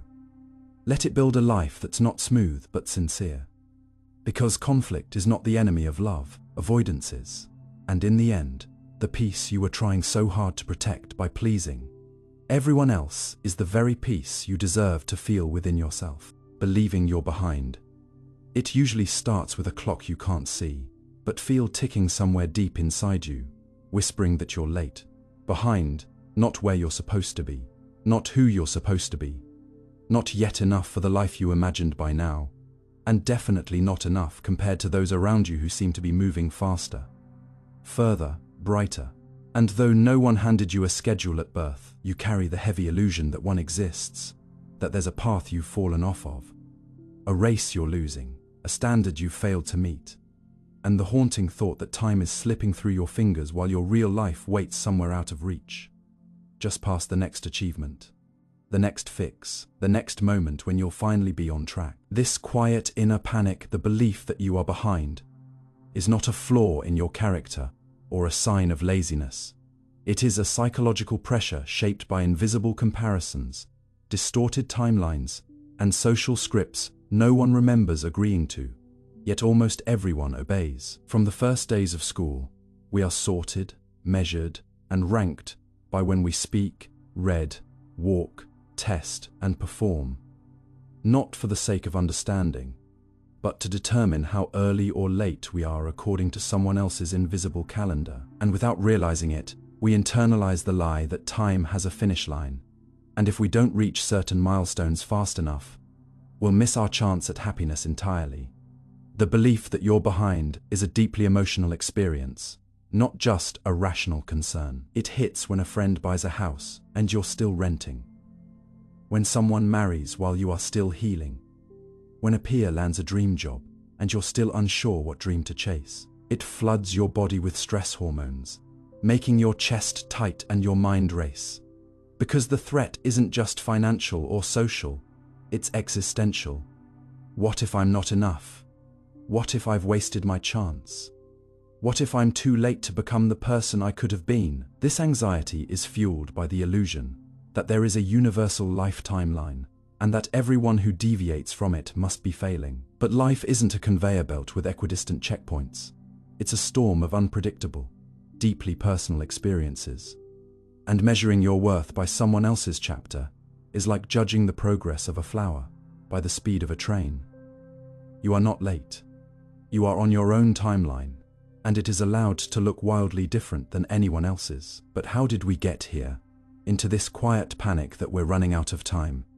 Social media has amplified this psychological pressure exponentially. You scroll through curated highlight reels, graduations, promotions, weddings, vacations, fit bodies, happy kids, perfect homes, and your brain begins to calculate.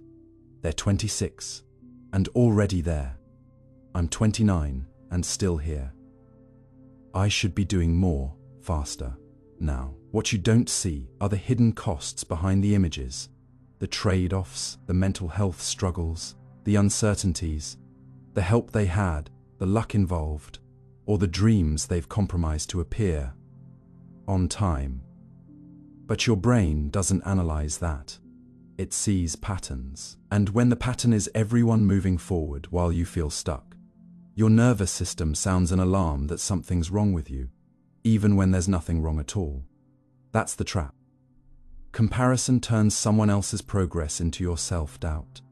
And in a world obsessed with timelines, pausing can feel like failure even when it's healing. This mindset is reinforced by cultural narratives, especially in capitalist societies, where productivity equals worth. You are told that success has a shape, and it must arrive early, that the best years of your life are limited, that youth is power, speed is virtue, and those who take too long are out of the game. We celebrate child prodigies, teenage millionaires, 30 under negative 30 lists. As if time defines brilliance, as if you only matter when you're young and fast and early. But the truth is, many of the world's most impactful thinkers, artists, inventors, and leaders bloomed later, slower, and after countless detours. Vera Wang designed her first dress at 40. Colonel Sanders launched KFC at 65. Toni Morrison published her first novel at 39. Age and timing are not limits. They're settings on a clock that isn't linear but spiral, looping back and forth through purpose, change, and redefinition. There is no right time to become yourself. The damage of believing you're behind isn't just internal. It shapes how you act. It makes you say yes to things you don't want just to catch up. It makes you rush into jobs, relationships, degrees, and decisions, not because they're right for you, but because you're desperate not to fall further behind. It causes panic, buying of identities, quick fixes to feel valid again, the rushed engagement, the impressive sounding job title, the cosmetic success. But rushing rarely leads to peace. It leads to burnout, regret, and the quiet feeling that even though you did the right things, you still feel wrong. Because doing things fast isn't the same as doing them in alignment. And catching up to a life you never wanted won't make you happy. It will only deepen the fear that something is still missing. To escape this mental prison, you must begin by questioning the timeline itself. Who told you you're late? Who decided what on time even means? Whose voice do you hear when you feel behind? Your own or someone else's? Often, we carry the expectations of family, culture, and media without realizing it. We inherit invisible deadlines. Have a degree by 22, a stable job by 25, a family by 30, success by 35, and a legacy by 4. But life doesn't unfold by blueprint. It unravels, adapts, stumbles, heals, and reinvents. And when you release yourself from the myth of lateness, you open to the reality of timing, that some seasons are for planting, others for growing, others for stillness, and none are wasted. This shift is not about giving up goals or ambition. It's about reorienting your relationship with time. It's about seeing that a detour isn't a delay, that rest isn't a regression, and that becoming who you truly are often requires slowing down, not speeding up. It means finding joy in the chapter you're in, even if it's messy, unclear, or unglamorous. It means understanding that purpose doesn't always shout. It sometimes whispers quietly during long periods of waiting. And it means trusting that your path is unfolding at the exact speed it needs to, even if no one else can see where it's going yet. So next time you feel the panic rise, that gripping sense that you should be further along, pause. Ask yourself, by whose timeline, for whose approval, toward what outcome? And most importantly, at what cost? Because you are not a project to be completed quickly, you are a person to be lived deeply. And no clock can measure that. You are not late, you are not lost, you are not falling behind, you are becoming. And the beauty of becoming is that it can't be rushed, compared, or ranked. It can only be honored in the time it takes, on the terms that are yours alone, using anger as armor. Sometimes the loudest voice in the room isn't shouting to be heard. It's shouting to be hidden, cloaked not in confidence but in protection, in deflection, in layers of heat meant to scare away what feels too close, too exposing, too real. And that voice, beneath the volume, often belongs to someone who has been hurt more times than they can count. Someone for whom anger became armor. Not because they wanted to be feared or hardened, but because at some point in their life, vulnerability stopped feeling safe, and strength became synonymous with distance, with sharpness, with never letting anyone close enough to wound again. Anger, in this context, is not simply rage or irritation.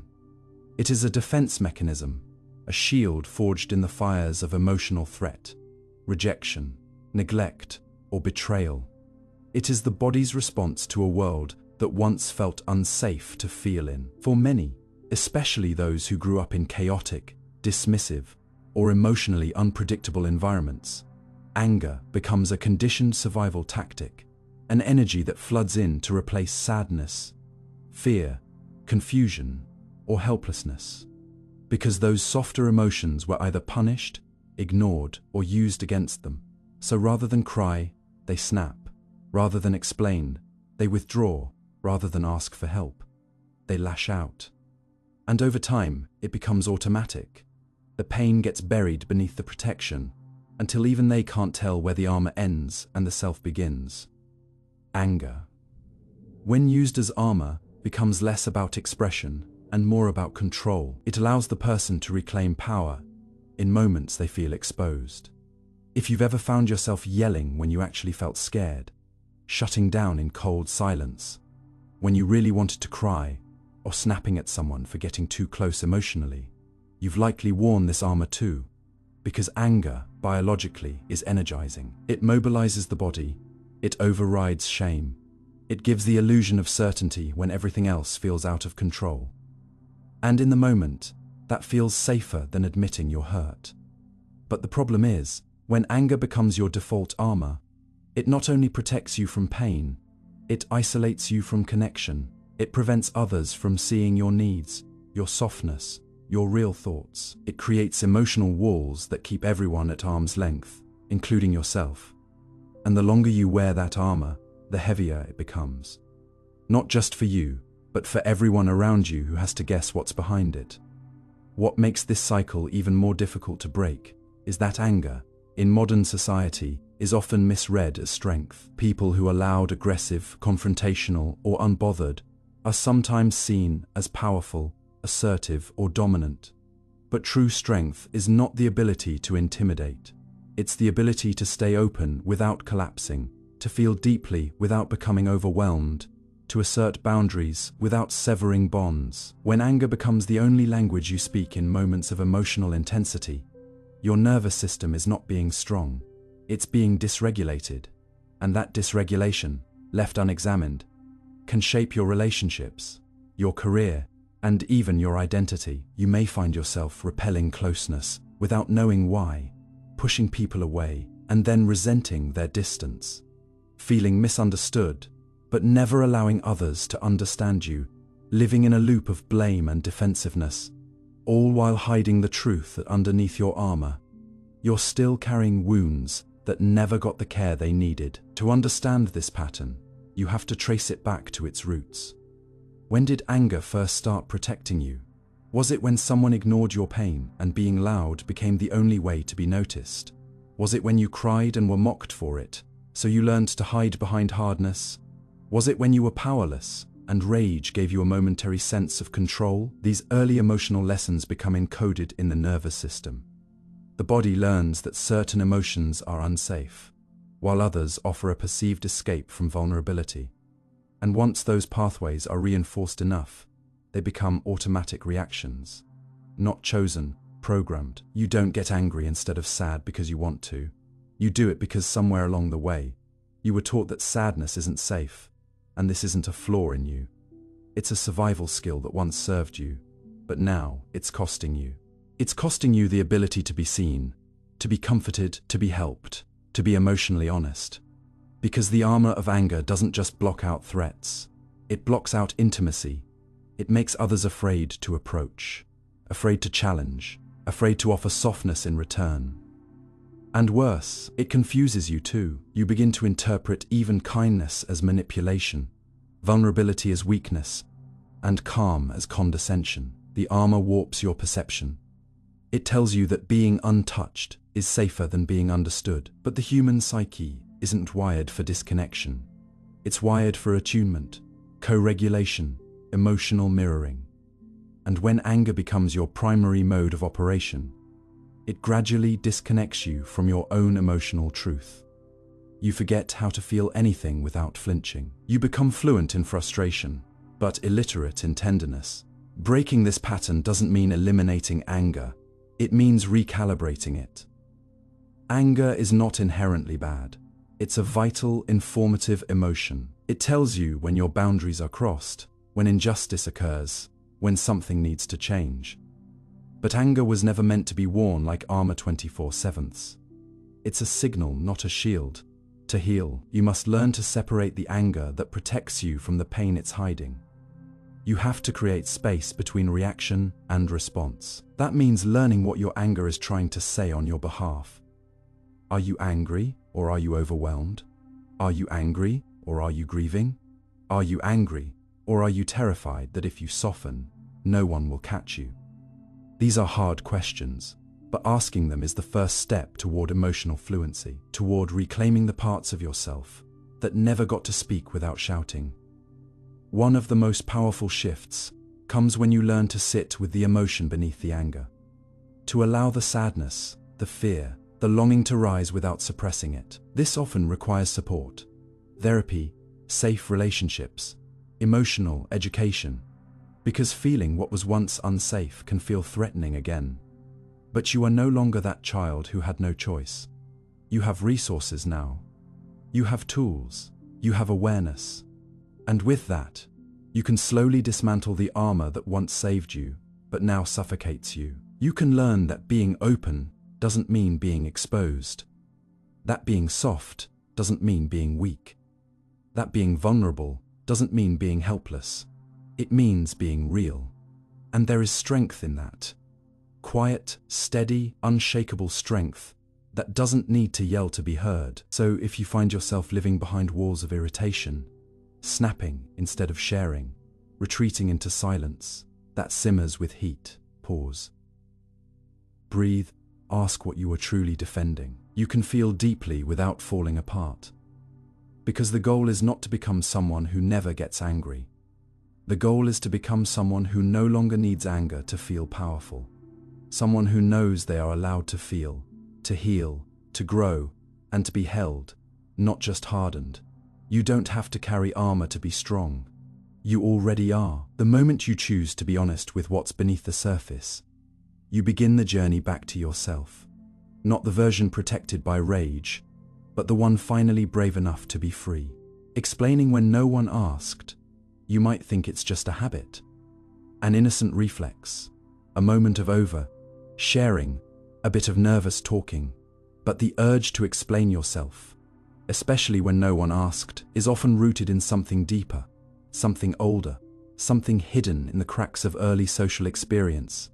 where your worth was tied to how well you could justify your existence. Maybe you felt it, that uncomfortable silence after you share a thought, and feel the need to quickly follow it, with a reason, a backstory, a disclaimer. Maybe you've caught yourself rambling in a room full of people who weren't questioning you at all. Maybe after making a harmless choice, declining an invitation, changing your mind, or even just dressing a certain way, you felt the inexplicable need to explain why. Not because anyone demanded it, but because inside, something whispered that your decisions weren't valid unless they were proven, softened, made palatable to others. This compulsion to explain when no one is asking is not a flaw of personality. It's a psychological echo of times when being accepted meant being understandable, when survival meant over-clarifying your intent to avoid conflict, rejection, or ridicule. And it often signals a subconscious belief that simply existing, just as you are, isn't enough unless you justify it. At its core, this behavior is a response to perceived judgment.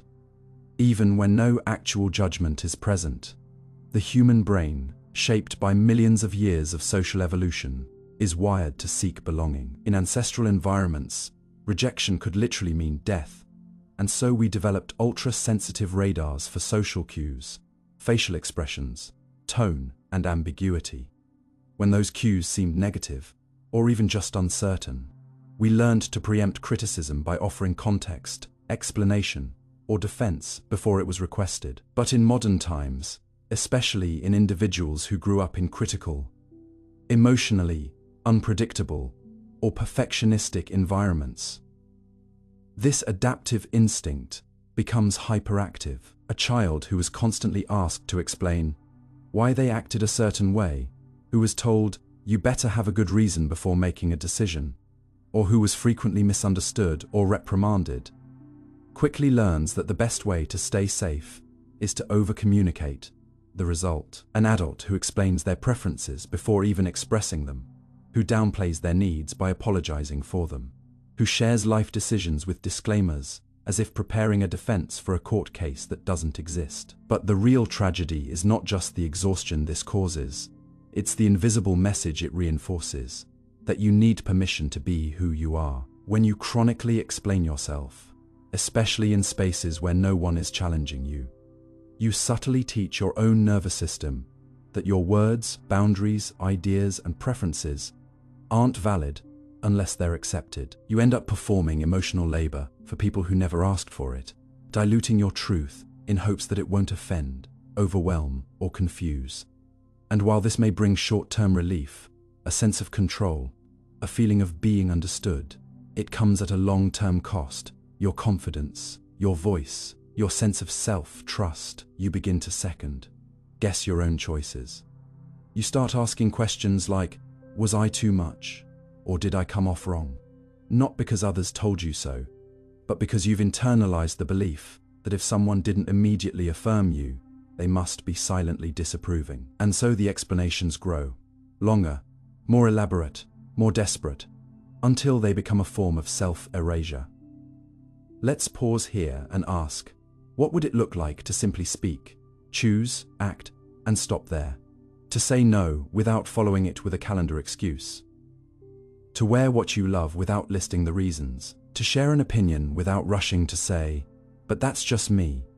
For many, this sounds terrifying, because when you've lived in the mental loop of over-explaining, silence feels threatening. It feels like the space where rejection lives. But in truth, silence after your words isn't always a sign of judgment. It's often just space, and learning to tolerate that space is a form of psychological liberation. You begin to realize that not everyone needs to get you. Not every action needs to be universally approved. Not every moment requires narrative padding. When you drop the habit of unnecessary explaining, you aren't becoming rude. You're becoming rooted. Rooted in your own enough-ness, rooted in the idea that your reality doesn't need to be translated to be valid. Ironically, the need to explain often backfires. The more we elaborate on something simple, the more others begin to question it. Think of someone saying, "I'm not mad," I swear, I'm not mad. I promise I'm not mad, 5 times in a row. Suddenly you wonder, wait, are they mad? Over-explaining can inadvertently create the very suspicion we're trying to avoid. It can signal insecurity rather than assurance. It can erode credibility, not build it. And this is especially true in professional settings, relationships, and even casual conversations. Sometimes the most powerful thing you can do is to state your truth simply and let it land. No caveats, no emotional disclaimers, no nervous giggles, just the clean, unadorned truth. It's not about withholding communication. It's about trusting that your truth is strong enough to stand on its own. This doesn't mean abandoning empathy or clarity. It means reserving your energy for genuine understanding, not compulsive justification. There's a difference between explaining to connect and explaining to preempt rejection. The former is vulnerable, the latter is anxious. One says, "Here's something about me I want to share with you." The other says, "Please don't be upset with who I am," and knowing the difference is everything. Because once you start noticing when you explain without being asked, you begin to see the moments where fear, not authenticity, is speaking. And that awareness is the key to change. You can start catching yourself mid-sentence and asking, why am I adding this? Do they need this information? Or do I just feel uncomfortable being unapologetic? And if you trace the discomfort back far enough, you'll often find early experiences of feeling like a burden, being misunderstood, or punished for stepping out of line. You'll remember teachers who demanded justifications for creative thinking, parents who needed reasons for every tear, friends who weaponized your openness, and it will make sense why your nervous system now treats self-expression like a negotiation. But here is the truth. You are not on trial. Your preferences are not problems. Your boundaries are not offensive. Your joy doesn't need a footnote. You have nothing to prove, just to be allowed to be. The journey forward involves tiny acts of bravery. Letting the silence sit after a sentence. Resisting the urge to fill the gap. Ending a message without a nervous emoji. Saying no with kindness, but without softening the clarity. These are muscles you build over time. And the more you do, the more you feel the ground beneath your feet. You realize that self-trust isn't a feeling. It's a practice. It's what you create every time you choose to let your truth be enough. Even when no one nods in approval, you begin to feel less like you're auditioning for life and more like you're simply living it. And the peace that comes from that shift is quiet but seismic. So the next time you feel that old reflex rising, when your mouth starts preparing the preamble, the backstory, the justification, pause, ask yourself, do I actually need to explain this? Or am I just afraid of being misunderstood? And if it's the latter, maybe, just maybe, you let it go. Let yourself be misunderstood. Once in a while, let people draw their own conclusions. Let the silence hang in the air like a full breath, rather than rushing to exhale your worth into someone else's comfort. You don't owe the world an explanation for being who you are. You owe yourself the freedom to stop performing and start inhabiting your life with the quiet confidence that says, I am allowed to be here without a why, assuming others think like you. It's one of the quietest traps the mind walks into, not with arrogance or intention, but through the simple and seductive illusion that others must think like you, feel like you, process the world like you do. Because how could they not? Your brain is your only lens, your only instrument of perception, and it filters reality so seamlessly, so convincingly, that you forget it's a filter at all. You assume that what feels obvious to you must be obvious to others, that your logic is universal, your empathy is common sense, your reactions are proportional, and your values are shared by default. This isn't pride, it's projection, a psychological reflex rooted in how our species survives through mental models of other minds. But what begins as a mechanism for empathy can become a dangerous shortcut, quietly replacing true understanding with assumption, curiosity with expectation, and difference with disappointment. The assumption that others think like you leads to 1,000 quiet fractures in communication. It makes you shocked when someone doesn't read between the lines the way you would. It leaves you confused when your kindness isn't returned in the form you expected. It can make you feel betrayed when someone fails to anticipate your unspoken needs, even though you've never directly said them, because if you would have known, why didn't they? If you would have acted differently, why didn't they? This inner logic feels so solid, so emotionally satisfying, that you rarely stop to question it. But here's the harsh truth. The person next to you might not only think differently than you, they might inhabit an entirely different inner universe. What feels urgent to you may not even register for them. What you perceive as rudeness, they may view as efficiency. What you see as loyalty, they may see as dependency. And unless you recognize this chasm between minds, you will constantly misinterpret intentions, misread silences, and fill the void with stories that are more about your mind than theirs. Psychologists call this cognitive egocentrism, not in the narcissistic sense, but in the neurological one. It refers to our tendency to rely on our own perspective when evaluating others' thoughts, especially when information is ambiguous. Studies have shown that even adults, when placed in situations requiring them to consider another's viewpoint, often default to their own, unless prompted otherwise. Children do this instinctively, it's developmental.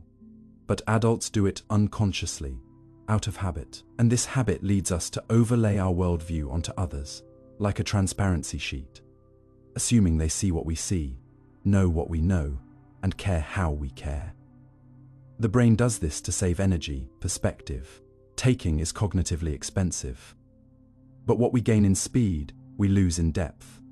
We stop asking questions, we stop checking in, we assume compatibility where there may only be coincidence.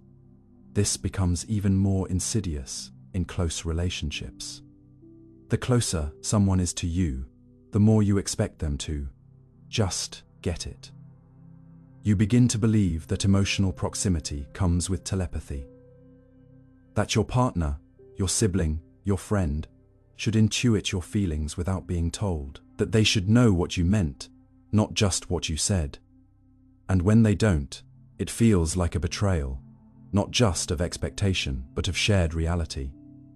But this is the paradox. The people we know best are often the ones we assume most about, and therefore misunderstand most deeply. True intimacy isn't built on assumption, it's built on curiosity. It's not they should know me by now, but rather, let me help them understand me better. That shift, from expecting alignment to cultivating understanding, is the heart of mature connection.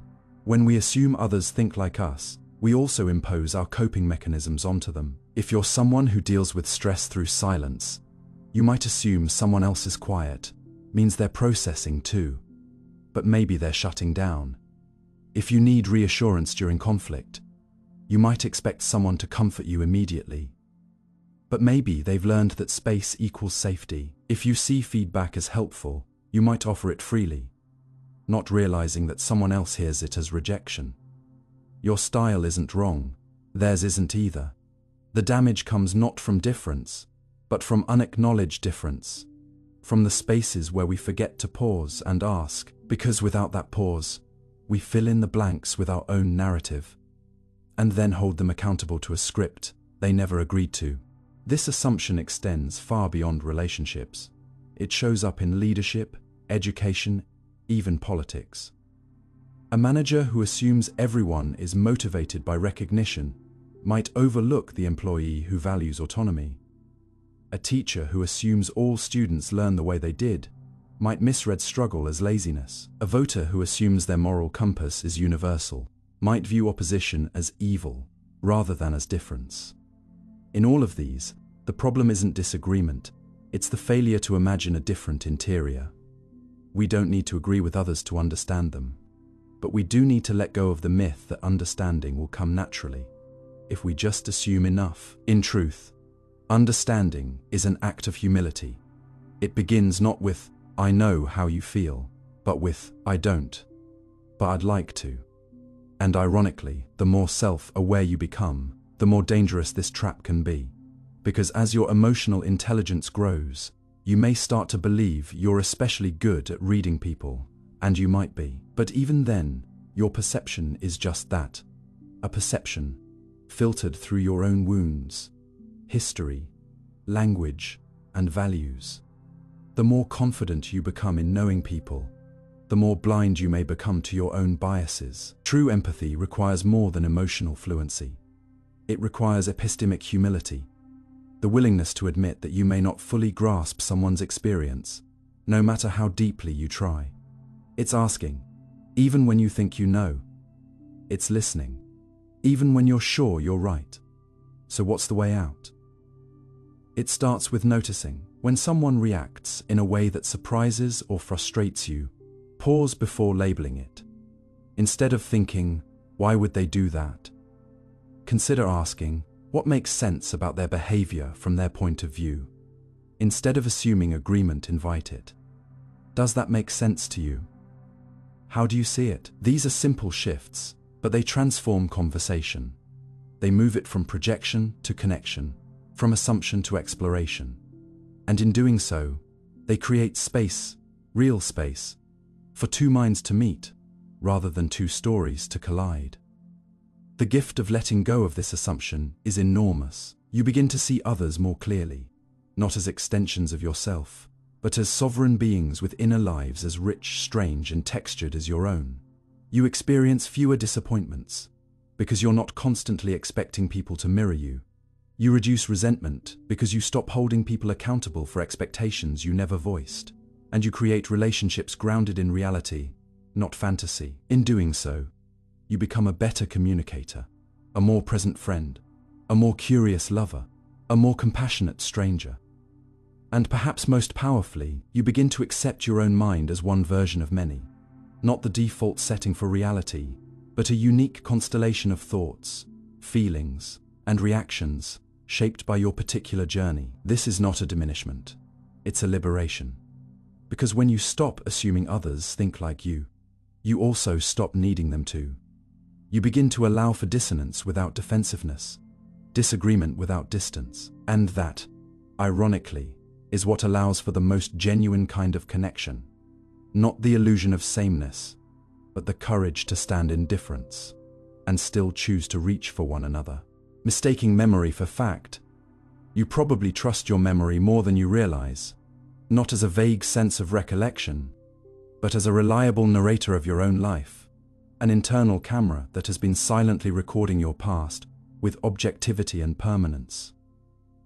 But what if that trust is misplaced? What if memory is less like a videotape and more like a watercolor painting left out in the rain? Beautiful in intention, but constantly warping, fading, and being redrawn with each glance. Most people carry a deep-seated belief that their memories are facts, that what they recall is what actually happened. You remember the conversation exactly as it went, the betrayal precisely as it occurred, the joyful moment just as it felt. But neuroscience tells a different story, one that is far stranger and more humbling. Because memory is not a file pulled from storage. It's an active, reconstructive process. Every time you remember something, you don't retrieve it. You recreate it. And in that recreation, things shift, details blur, gaps get filled, emotions color in the spaces between. And sometimes, what you think is memory is only suggestion, belief, or bias pretending to be truth. This isn't a glitch of the mind. It's a feature. Your brain isn't trying to deceive you, it's trying to protect you, to make sense of your experience, to simplify the overwhelming complexity of life into a coherent story you can carry. But that story is stitched together with incomplete threads. Imagine a puzzle missing half its pieces. Your brain doesn't leave them blank. It fills them in with guesses, with imagination, with inference based on who you are now, not who you were then. And yet, once filled in, these reconstructions feel solid. You don't remember guessing, you remember knowing. This is what makes false memories so dangerous. They don't feel false. They feel just as real, just as vivid, just as emotionally charged as true ones. A study by psychologist Elizabeth Loftus showed that with only subtle cues or leading questions, people could be made to remember entire events that never happened, like being lost in a shopping mall as a child, or even shaking hands with Bugs Bunny at Disneyland. An impossibility since that character isn't Disney property. These weren't vague maybes. Participants record them in detail. Colors, smells, dialogue, emotion. Because once the brain builds a narrative scaffold, it fills in the rest automatically. But this phenomenon doesn't just live in research labs. It lives in your relationships, your arguments, your regrets. Have you ever sworn someone said something, only for them to insist they didn't? Have you ever recalled a shared memory with a sibling or friend, only to discover they remember it entirely differently? These are not necessarily lies or cover-ups. They are collisions of two different brains, reconstructing the past through different emotional filters. You might remember a family dinner as cold and tense because you were anxious that night. They might remember it as normal or even warm because they were in a different emotional state. Same event, different memories, and yet, because your version feels so immediate and vivid, you're more likely to believe the other person is misremembering, or worse, gaslighting you. This leads to conflict, not because someone is dishonest, but because both people believe they are being honest, and they are honest to the version of memory their brain has sculpted for them. The implications of mistaking memory for fact ripple through every aspect of life. Think of the justice system, where eyewitness testimony is still considered powerful, despite decades of research showing how unreliable it is. A witness may genuinely believe they saw a certain face, heard a specific phrase, or noticed a particular detail. But stress, time, social influence, and leading questions can all distort that memory without the person realizing. In fact, the more confident someone is in their memory, the more likely others are to believe them, even though confidence and accuracy are often inversely related. This is the paradox. Your strongest memories might not be your truest, and the quieter, less certain ones might be closer to reality. But you don't judge truth by evidence. You judge it by emotional vividness. That's how your brain works. And it means that much of what you believe about your past, what shaped you, hurt you, defined you, might be only partially true. This isn't meant to make you paranoid, but it should make you pause.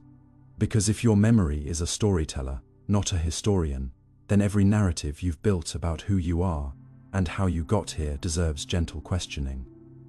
Were you really always the outsider? Or is that a thread you've woven in, retroactively, to explain current feelings of disconnection? Was that teacher truly cruel to you?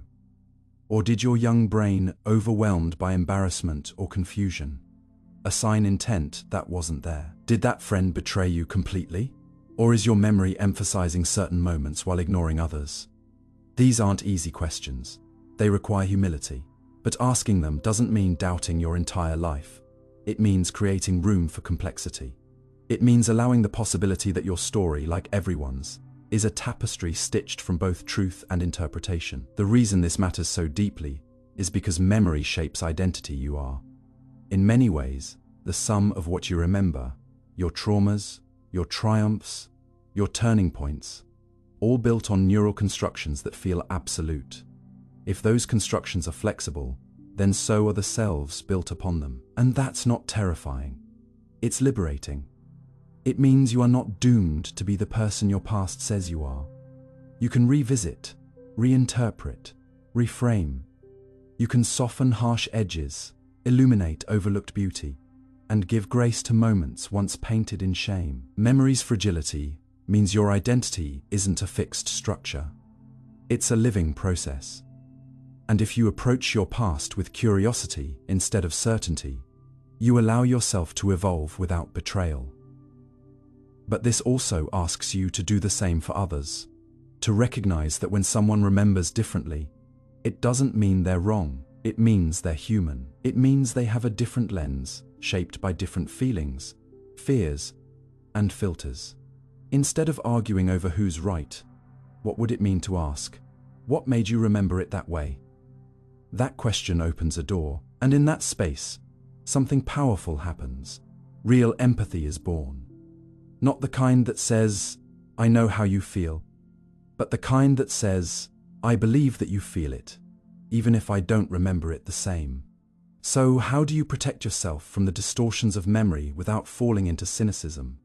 By holding your memories lightly but respectfully, by allowing them to inform you but not imprison you, by understanding that memory is a mosaic, not a mirror, and every time you look, the pieces might rearrange slightly. This doesn't mean truth is unreachable. It means truth is layered, multifaceted, and sometimes contradictory. You honor it not by insisting on one version, but by remaining open to many. In the end, mistaking memory for fact is not just a cognitive error. It's a relational hazard, an emotional shortcut, a spiritual rigidity. It's the habit of turning recollection into law, of letting the past dictate the present without question. But you are not a prisoner of your recollections. You are their interpreter. And that means you can change. Not just how you feel about the past, but how the past lives inside you. The next time you're sure about what happened, take a breath. Ask yourself, how do I know this? Could it have been different? Not to erase your history, but to meet it again, more gently, more honestly, and maybe, just maybe, more truly, creating drama to feel alive. Sometimes, the silence of a calm life is more unsettling than the chaos of conflict. And for reasons we often don't fully understand, there are moments when we find ourselves lighting small emotional fires just to watch something burn. An argument started over nothing, a message left unanswered to provoke a reaction, a problem magnified not to solve it, but to stir something awake in us that otherwise feels flat, numb, or quietly invisible. As though in the absence of chaos we begin to question whether we're even here at all. This is the hidden psychology of creating drama to feel alive. Not as a conscious plan or manipulation, but as an instinctual craving for intensity in a world that has dulled our inner sense of vitality. Beneath every overreaction, sudden accusation, or emotionally charged overcorrection, there may lie an invisible wound, a hunger for meaning, for movement, for sensation, for the unmistakable feeling that something is happening. Because when nothing is happening, when everything is still and unremarkable, the quiet can feel unbearable, almost like a suffocation masked in comfort. This isn't about toxic behavior in the way it is often oversimplified online. It's about a deeply human, misunderstood need for stimulation. And the tragic irony is that the people who crave peace the most are often the ones unconsciously pushing it away just to remember what it feels like to feel. This drive for emotional volatility has roots far deeper than boredom. For many, chaos wasn't just familiar, it was formative. If you grew up in an environment where peace was fragile, where love was loud and unpredictable, or where attention only came when something went wrong, your nervous system may have learned that emotional intensity equals connection, and that stability, ironically, equals danger. In that framework, calm feels suspicious, affection feels insufficient, unless it comes with a storm. And so, without realizing it, you might start testing the people around you, picking fights. Not because you enjoy the conflict, but because you're terrified of the void that comes in its absence. You may equate emotional spikes with truth, believing that if someone doesn't get angry, they must not care, or if a relationship isn't turbulent, it must be shallow. In this way, drama becomes a self-made barometer for meaning, and when life becomes too smooth, you shake it, not out of malice, but out of an unconscious reflex, built from years of associating survival with emotional friction. And it is not just personal history that feeds this cycle. It's biology too. Your brain is wired to seek novelty and intensity. Neurochemicals like dopamine don't just spike in pleasure, they spike in uncertainty, anticipation, and perceived threat. That's why conflict can feel addictively stimulating. It brings clarity, urgency, and heightened awareness, even when it hurts.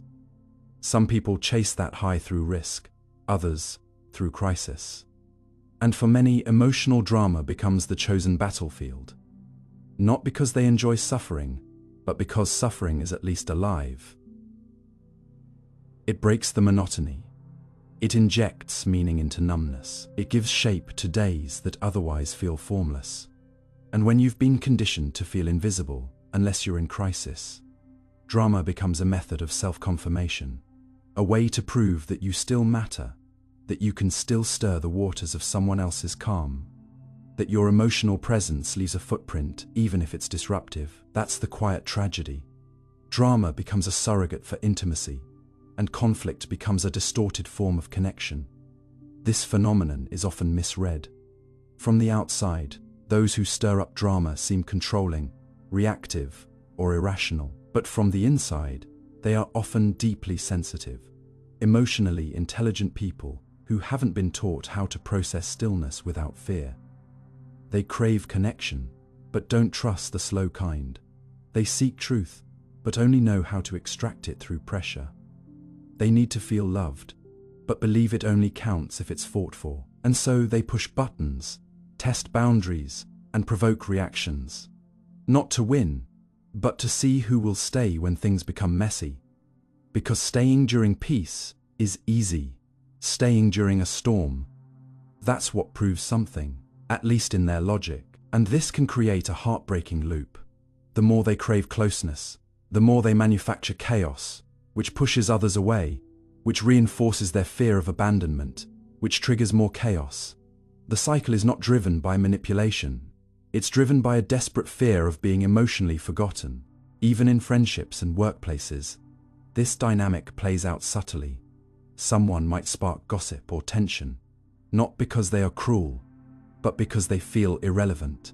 Someone might dramatize small inconveniences, not for attention in the shallow sense, but because they don't know how to assert their needs directly, and drama is their only language of significance. When emotional tools are limited, people use what they know, and if all you've known is instability, then instability becomes a strange kind of comfort, because at least it feels familiar.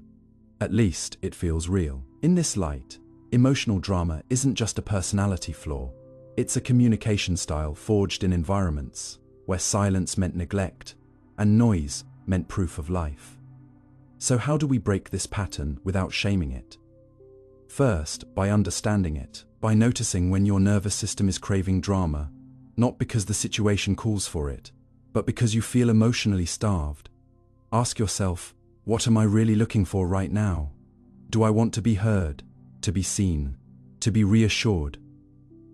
Often, the drama is a mask for a softer truth.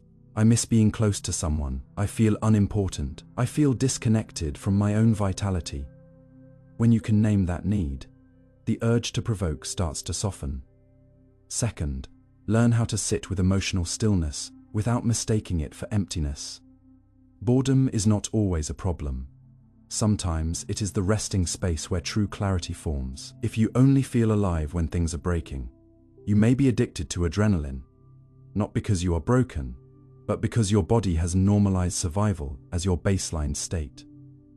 But aliveness can come in quieter forms. A walk without a phone, a conversation that doesn't escalate, a day that doesn't need to be saved. These aren't signs of stagnation, they're invitations to learn a new kind of depth. Finally, recognize that peace is not the enemy of passion.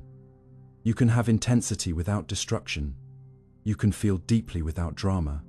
You can express hurt without warfare. The challenge is to find new routes to the same emotional fulfillment, ones that don't require collateral damage. Instead of pushing people away to see who returns, try telling them what you need before the rupture.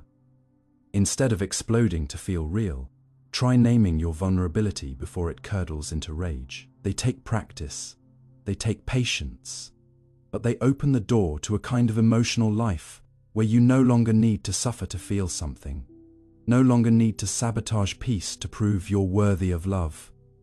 Drama is a shadow of your longing, because the truth is, you don't need chaos to be visible. You don't need conflict to be cared for. You don't need damage to feel depth. The version of you that quietly enjoys stability is not a boring imposter. It is your truest self learning to trust softness.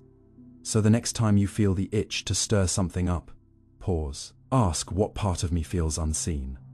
What am I asking for without asking? And what would happen if I gave myself permission to feel alive?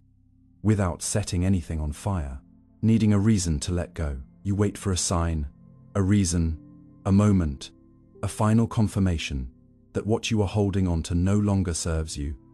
But the truth is, life rarely offers closure wrapped in clarity, and the longer you wait for a perfect justification to let go, the more entangled you become in the illusion that all endings must be logical, mutual, or morally satisfying.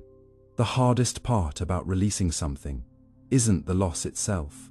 It's confronting the part of you that believed holding on was proof of love, loyalty, or hope. This is the hidden trap of emotional attachment.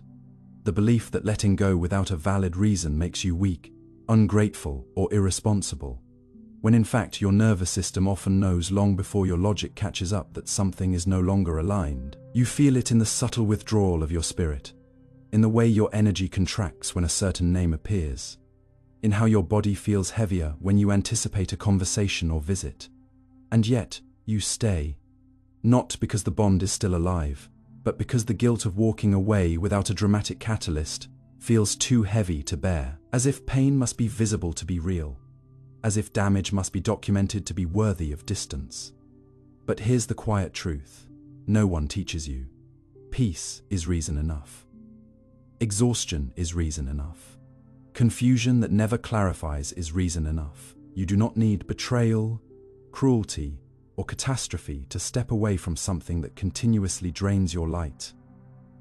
Yet we wait, sometimes for years, for the breaking point, for the scandal, for the unmistakable betrayal, because we've been conditioned to believe that unless someone does something undeniably wrong, we have no right to leave. This belief is rooted in narratives of moral duty, in cultures that equate endurance with virtue, in upbringings that glorify perseverance over boundaries. And so, we become masterful at tolerating small erosions. The friend who always talks but never listens. The job that consumes every evening but feeds no purpose. The habit that numbs us just enough to forget how alive we could feel. We become archaeologists of justification, digging for one more artifact that will finally allow us to say, "See, I'm not being dramatic. I had to let go." But freedom does not need to be defended. It just needs to be chosen. Letting go is not a single act.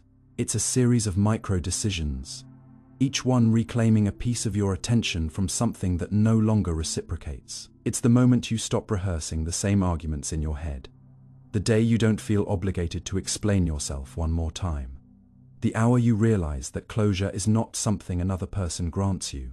It's something you build with your own clarity. And clarity rarely arrives all at once. Often, it accumulates in quiet moments, in the way your heart relaxes when you are alone, in the absence of dread when your phone doesn't ring, in the way your laughter returns, when you are not performing resilience. But if you've spent your life tying your worth to being understanding, forgiving, or patient, letting go without a scene feels selfish. You wonder, who am I if I walk away from someone who hasn't done anything wrong? At least, not obviously. Who am I if I leave the party before the music ends? But the better question is, who are you becoming by staying? Needing a reason to let go often masks a deeper fear. The fear that you will be judged, that you will feel regret, or that you will be seen as impulsive. And so you keep collecting evidence, hoping the scale will tip. But healing is not a courtroom, and you are not required to build a case to reclaim your peace. Imagine how many versions of yourself you've kept on life support. Projects that no longer excite you, relationships that dim your light, commitments that feel more like cages, just because you didn't feel allowed to walk away quietly. Sometimes we hold on because the identity attached to the attachment feels too large to unravel. Who are you if you're no longer the fixer, the reliable one, the partner, the dreamer who swore it would work? And yet, identity is not a contract. It's a season. You are not disloyal for evolving. You are not selfish for untying knots that only tighten when you breathe. You are allowed to leave the room without slamming the door. You are allowed to honor your discomfort without waiting for it to become agony. So many people live stuck between what they feel and what they think they're supposed to feel. They stay in relationships where love is a memory, But obligation is alive. They stay in roles where duty has replaced desire. They stay in stories that no longer inspire them, afraid that rewriting the narrative will mean losing all the pages they've already written. But the truth is, the past does not get erased when you let go. It gets respected. You are not dishonoring a relationship by ending it with grace. You are not erasing the joy by acknowledging the fatigue. Every chapter has its purpose, but not every chapter belongs in the current book. And sometimes, letting go is not about escape. It's about return. Return to your aliveness. Return to your instincts. Return to the version of you that doesn't need to shrink to fit. Letting go without a good enough reason is also a confrontation with the voice in your head that says you're too much, too sensitive, too reactive. That voice is not your truth. It's your training. It's the echo of a world that taught you to prioritize harmony over honesty, endurance over intuition. But every time you override your inner no in favor of an external yes, you teach your nervous system that your truth is negotiable. Over time, that erodes self-trust, and you begin to outsource your decisions to others, waiting for their bad behavior to validate your escape, instead of listening to your own inner quiet that has been whispering for months. This isn't working. You are allowed to leave simply because you've outgrown a space. You are allowed to shift simply because your spirit longs for air. Not every exit needs a flame. Some exits are sacred, some are soft, and some are so overdue that staying becomes the louder betrayal. There is a version of strength that doesn't roar, a version of courage that doesn't wait for catastrophe. There is power in leaving well, in recognizing that peace is not something you need to earn by surviving chaos. It can be a choice, a clean one, a quiet one, a true one. And when you begin to live by this principle, when you stop needing a dramatic reason to set yourself free, you reclaim your power not just in moments of crisis, but in moments of clarity. You stop waiting for the world to crumble to make a move. You stop needing to hurt more to justify healing. And in that shift, you become dangerous in the most beautiful way, untethered from guilt, fluent in your own boundaries, and unafraid to walk away from what no longer honors the you you're becoming. So the next time you find yourself asking whether you're allowed to let go, whether the absence of abuse or betrayal invalidates your exit, pause and ask instead, is this still watering my roots, or just keeping me from withering? And if the answer is the latter, then let go, not with shame, but with reverence. Not with anger, but with alignment, because needing a reason to let go is often the very thing that delays the peace that comes once you finally do, searching for meaning in every emotion. There's a quiet obsession many people carry without realizing it. The relentless need to decode every emotion, as if feelings are secret codes waiting to be cracked, rather than passing waves meant to be felt. It starts innocently, even curiously. A sudden sadness without an obvious trigger, a burst of joy in an otherwise ordinary moment, or an unshakable unease that doesn't line up with any logical event. But instead of simply letting the emotion exist, we go searching desperately, endlessly, for the story that must be hiding underneath. We ask, why am I feeling this? What does it mean? What is my mind trying to tell me? What did I miss? And in this attempt to assign every emotion a cause, a category, or a lesson, we begin to pathologize the very nature of being human. We forget that emotions don't always come with footnotes. We forget that the brain is not a perfectly time-stamped archive of clean cause. And we forget that sometimes the emotion is not a message to decode, but a presence to witness. Yet our culture is uncomfortable with ambiguity. It values explanation over experience, answers over awareness, clarity over complexity. And so, when we feel something unexplained, we don't allow it to breathe. We interrogate it, we analyze it, we loop it, we dissect it until it becomes either a moral failing, a psychological wound, or a sign that something must be wrong. But what if not every emotion is meant to teach you something? What if some are simply meant to move through you like weather through the sky, intense, shifting, but not requiring your interpretation to be valid. This drive to find meaning in every emotion is often disguised as self-awareness. But it can easily become a trap. The line between reflection and rumination is thin. What begins as insight, seeking, can quietly morph into obsession. We start treating our emotional life like a detective novel where every mood is a clue, every reaction a riddle, every feeling a symptom. And in doing so, we turn natural, passing sensations into permanent problems. A fleeting irritation becomes evidence of deep-seated rage. A moment of emptiness becomes proof of existential failure. A disinterest in one conversation becomes a referendum on your entire social life. It's not that reflection is harmful. On the contrary, it's vital. But when we demand that every emotion justifies its existence with a narrative, we stop trusting the validity of raw experience. And worse, we start assuming that all emotions have something wrong at their core. Something broken, unhealed, unprocessed. But not every tear is a trauma resurfacing. Not every anxiety is a suppressed memory. Not every smile is a mask. Sometimes you're just tired. Sometimes your body is processing things your mind hasn't caught up with. Sometimes it's the weather. Sometimes it's your hormones. And sometimes there is no clean reason at all. You are allowed to feel without needing to explain. Behind this compulsive meaning making often lies a discomfort with uncertainty. If you can explain why you're sad, then you can fix it. If you can trace the source of your anger, then you can avoid it. If you can find the root of your fear, then you can uproot it. But here's the paradox. Emotions don't always need fixing, and not everything inside you is a puzzle to be solved. Some emotions are not problems, but processes. They don't signal damage. They signal depth. The urge to decode every emotion can actually deepen suffering, not reduce it. Why? Because it implies that feeling without understanding is dangerous. That if you don't know why you're hurting, then your hurt isn't real.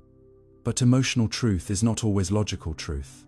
Your body often speaks before your mind can translate. Your nervous system may react to energies, patterns, and memories that don't live in the language of the conscious brain. And when we expect ourselves to explain every emotion in the vocabulary of reason, we exile the parts of us that are pre-verbal, intuitive, and deeply wise. This creates internal conflict, where one part of you feels, and another part of you judges that feeling for not being rational enough to deserve compassion. But feelings don't need permission to exist. They are not guests that require a reason to enter. They are currents. And your job is not always to steer them, but to sense where they go. Letting go of the need to find meaning in every emotion does not mean becoming emotionally reckless or numb. It means making peace with mystery. It means saying, I feel heavy today, and I don't know why, and that's okay. It means noticing a twinge of sadness and choosing to hold it, not interrogate it. It means realizing that emotions can be sensations, not messages. That sometimes your internal weather changes with no forecast, and your only task is to bring an umbrella, not rewrite the climate. This shift requires a deep kind of maturity, the kind that can sit with discomfort without needing to wrap it in narrative. And it often goes against everything we're taught. We're raised to believe that feelings are feedback, that they always tell us something valuable, something actionable. But while some emotions are informative, not all are. And trying to extract meaning from everyone is like trying to find the lesson in every cloud that passes. Sometimes there is no lesson, and in that presence, healing happens. Not through analysis, but through allowance. When you stop chasing explanations for every emotional fluctuation, you gain something more powerful than answers. You gain spaciousness. You stop filling every internal silence with theories. You stop rewriting your personal history every time your mood shifts. You stop labeling yourself with diagnoses that don't fit just because you felt off for a few hours. And perhaps most importantly, you stop treating your emotional life like a problem to manage. Instead, it becomes a landscape to explore, vast, varied, and not always linear. You begin to notice the texture of feelings, not just their origin. You begin to distinguish between anxiety that wants your attention and anxiety that's just static. Between loneliness that invites connection and loneliness that's part of growing. Between sadness that's calling for stillness and sadness that's just fog passing through. This is the wisdom of emotional fluency. Not decoding, but discerning. Not forcing meaning, but noticing patterns over time and letting them inform you without owning you. Many people confuse emotional intelligence with emotional control. They believe that to be wise is to immediately know why you feel something and what to do about it. But true intelligence is not speed, it's patience. It's the ability to say, I don't know yet. This doesn't make sense, but it's here. I don't need to solve this to be safe. This posture creates a new relationship with yourself, one rooted in respect rather than suspicion. You begin to trust that your emotional landscape is not dangerous terrain. You stop fearing the dark clouds because you no longer believe they're here to punish you or warn you. You simply accept that clouds exist. And through this acceptance, you start to live with more grace. You stop bracing against every mood swing. You stop scanning your emotional body for signs of disaster. You stop living in the false emergency of constant self-investigation. And you return to a quieter truth, that you are a feeling being, not a logic machine. That you are allowed to feel and not know why. That mystery is not a threat. It's an invitation. In the end, searching for meaning in every emotion is a form of control disguised as care. It says, if I can understand it, I can manage it. But not everything in life is meant to be managed. Some things are meant to be met. Some things are meant to be marveled at. Some things are meant to pass through you without leaving a map. And maybe, just maybe, that's okay. Maybe your healing doesn't depend on how quickly you can explain your feelings, but on how gently you can hold them. Maybe peace isn't about always knowing. It's about finally realizing that you don't have to.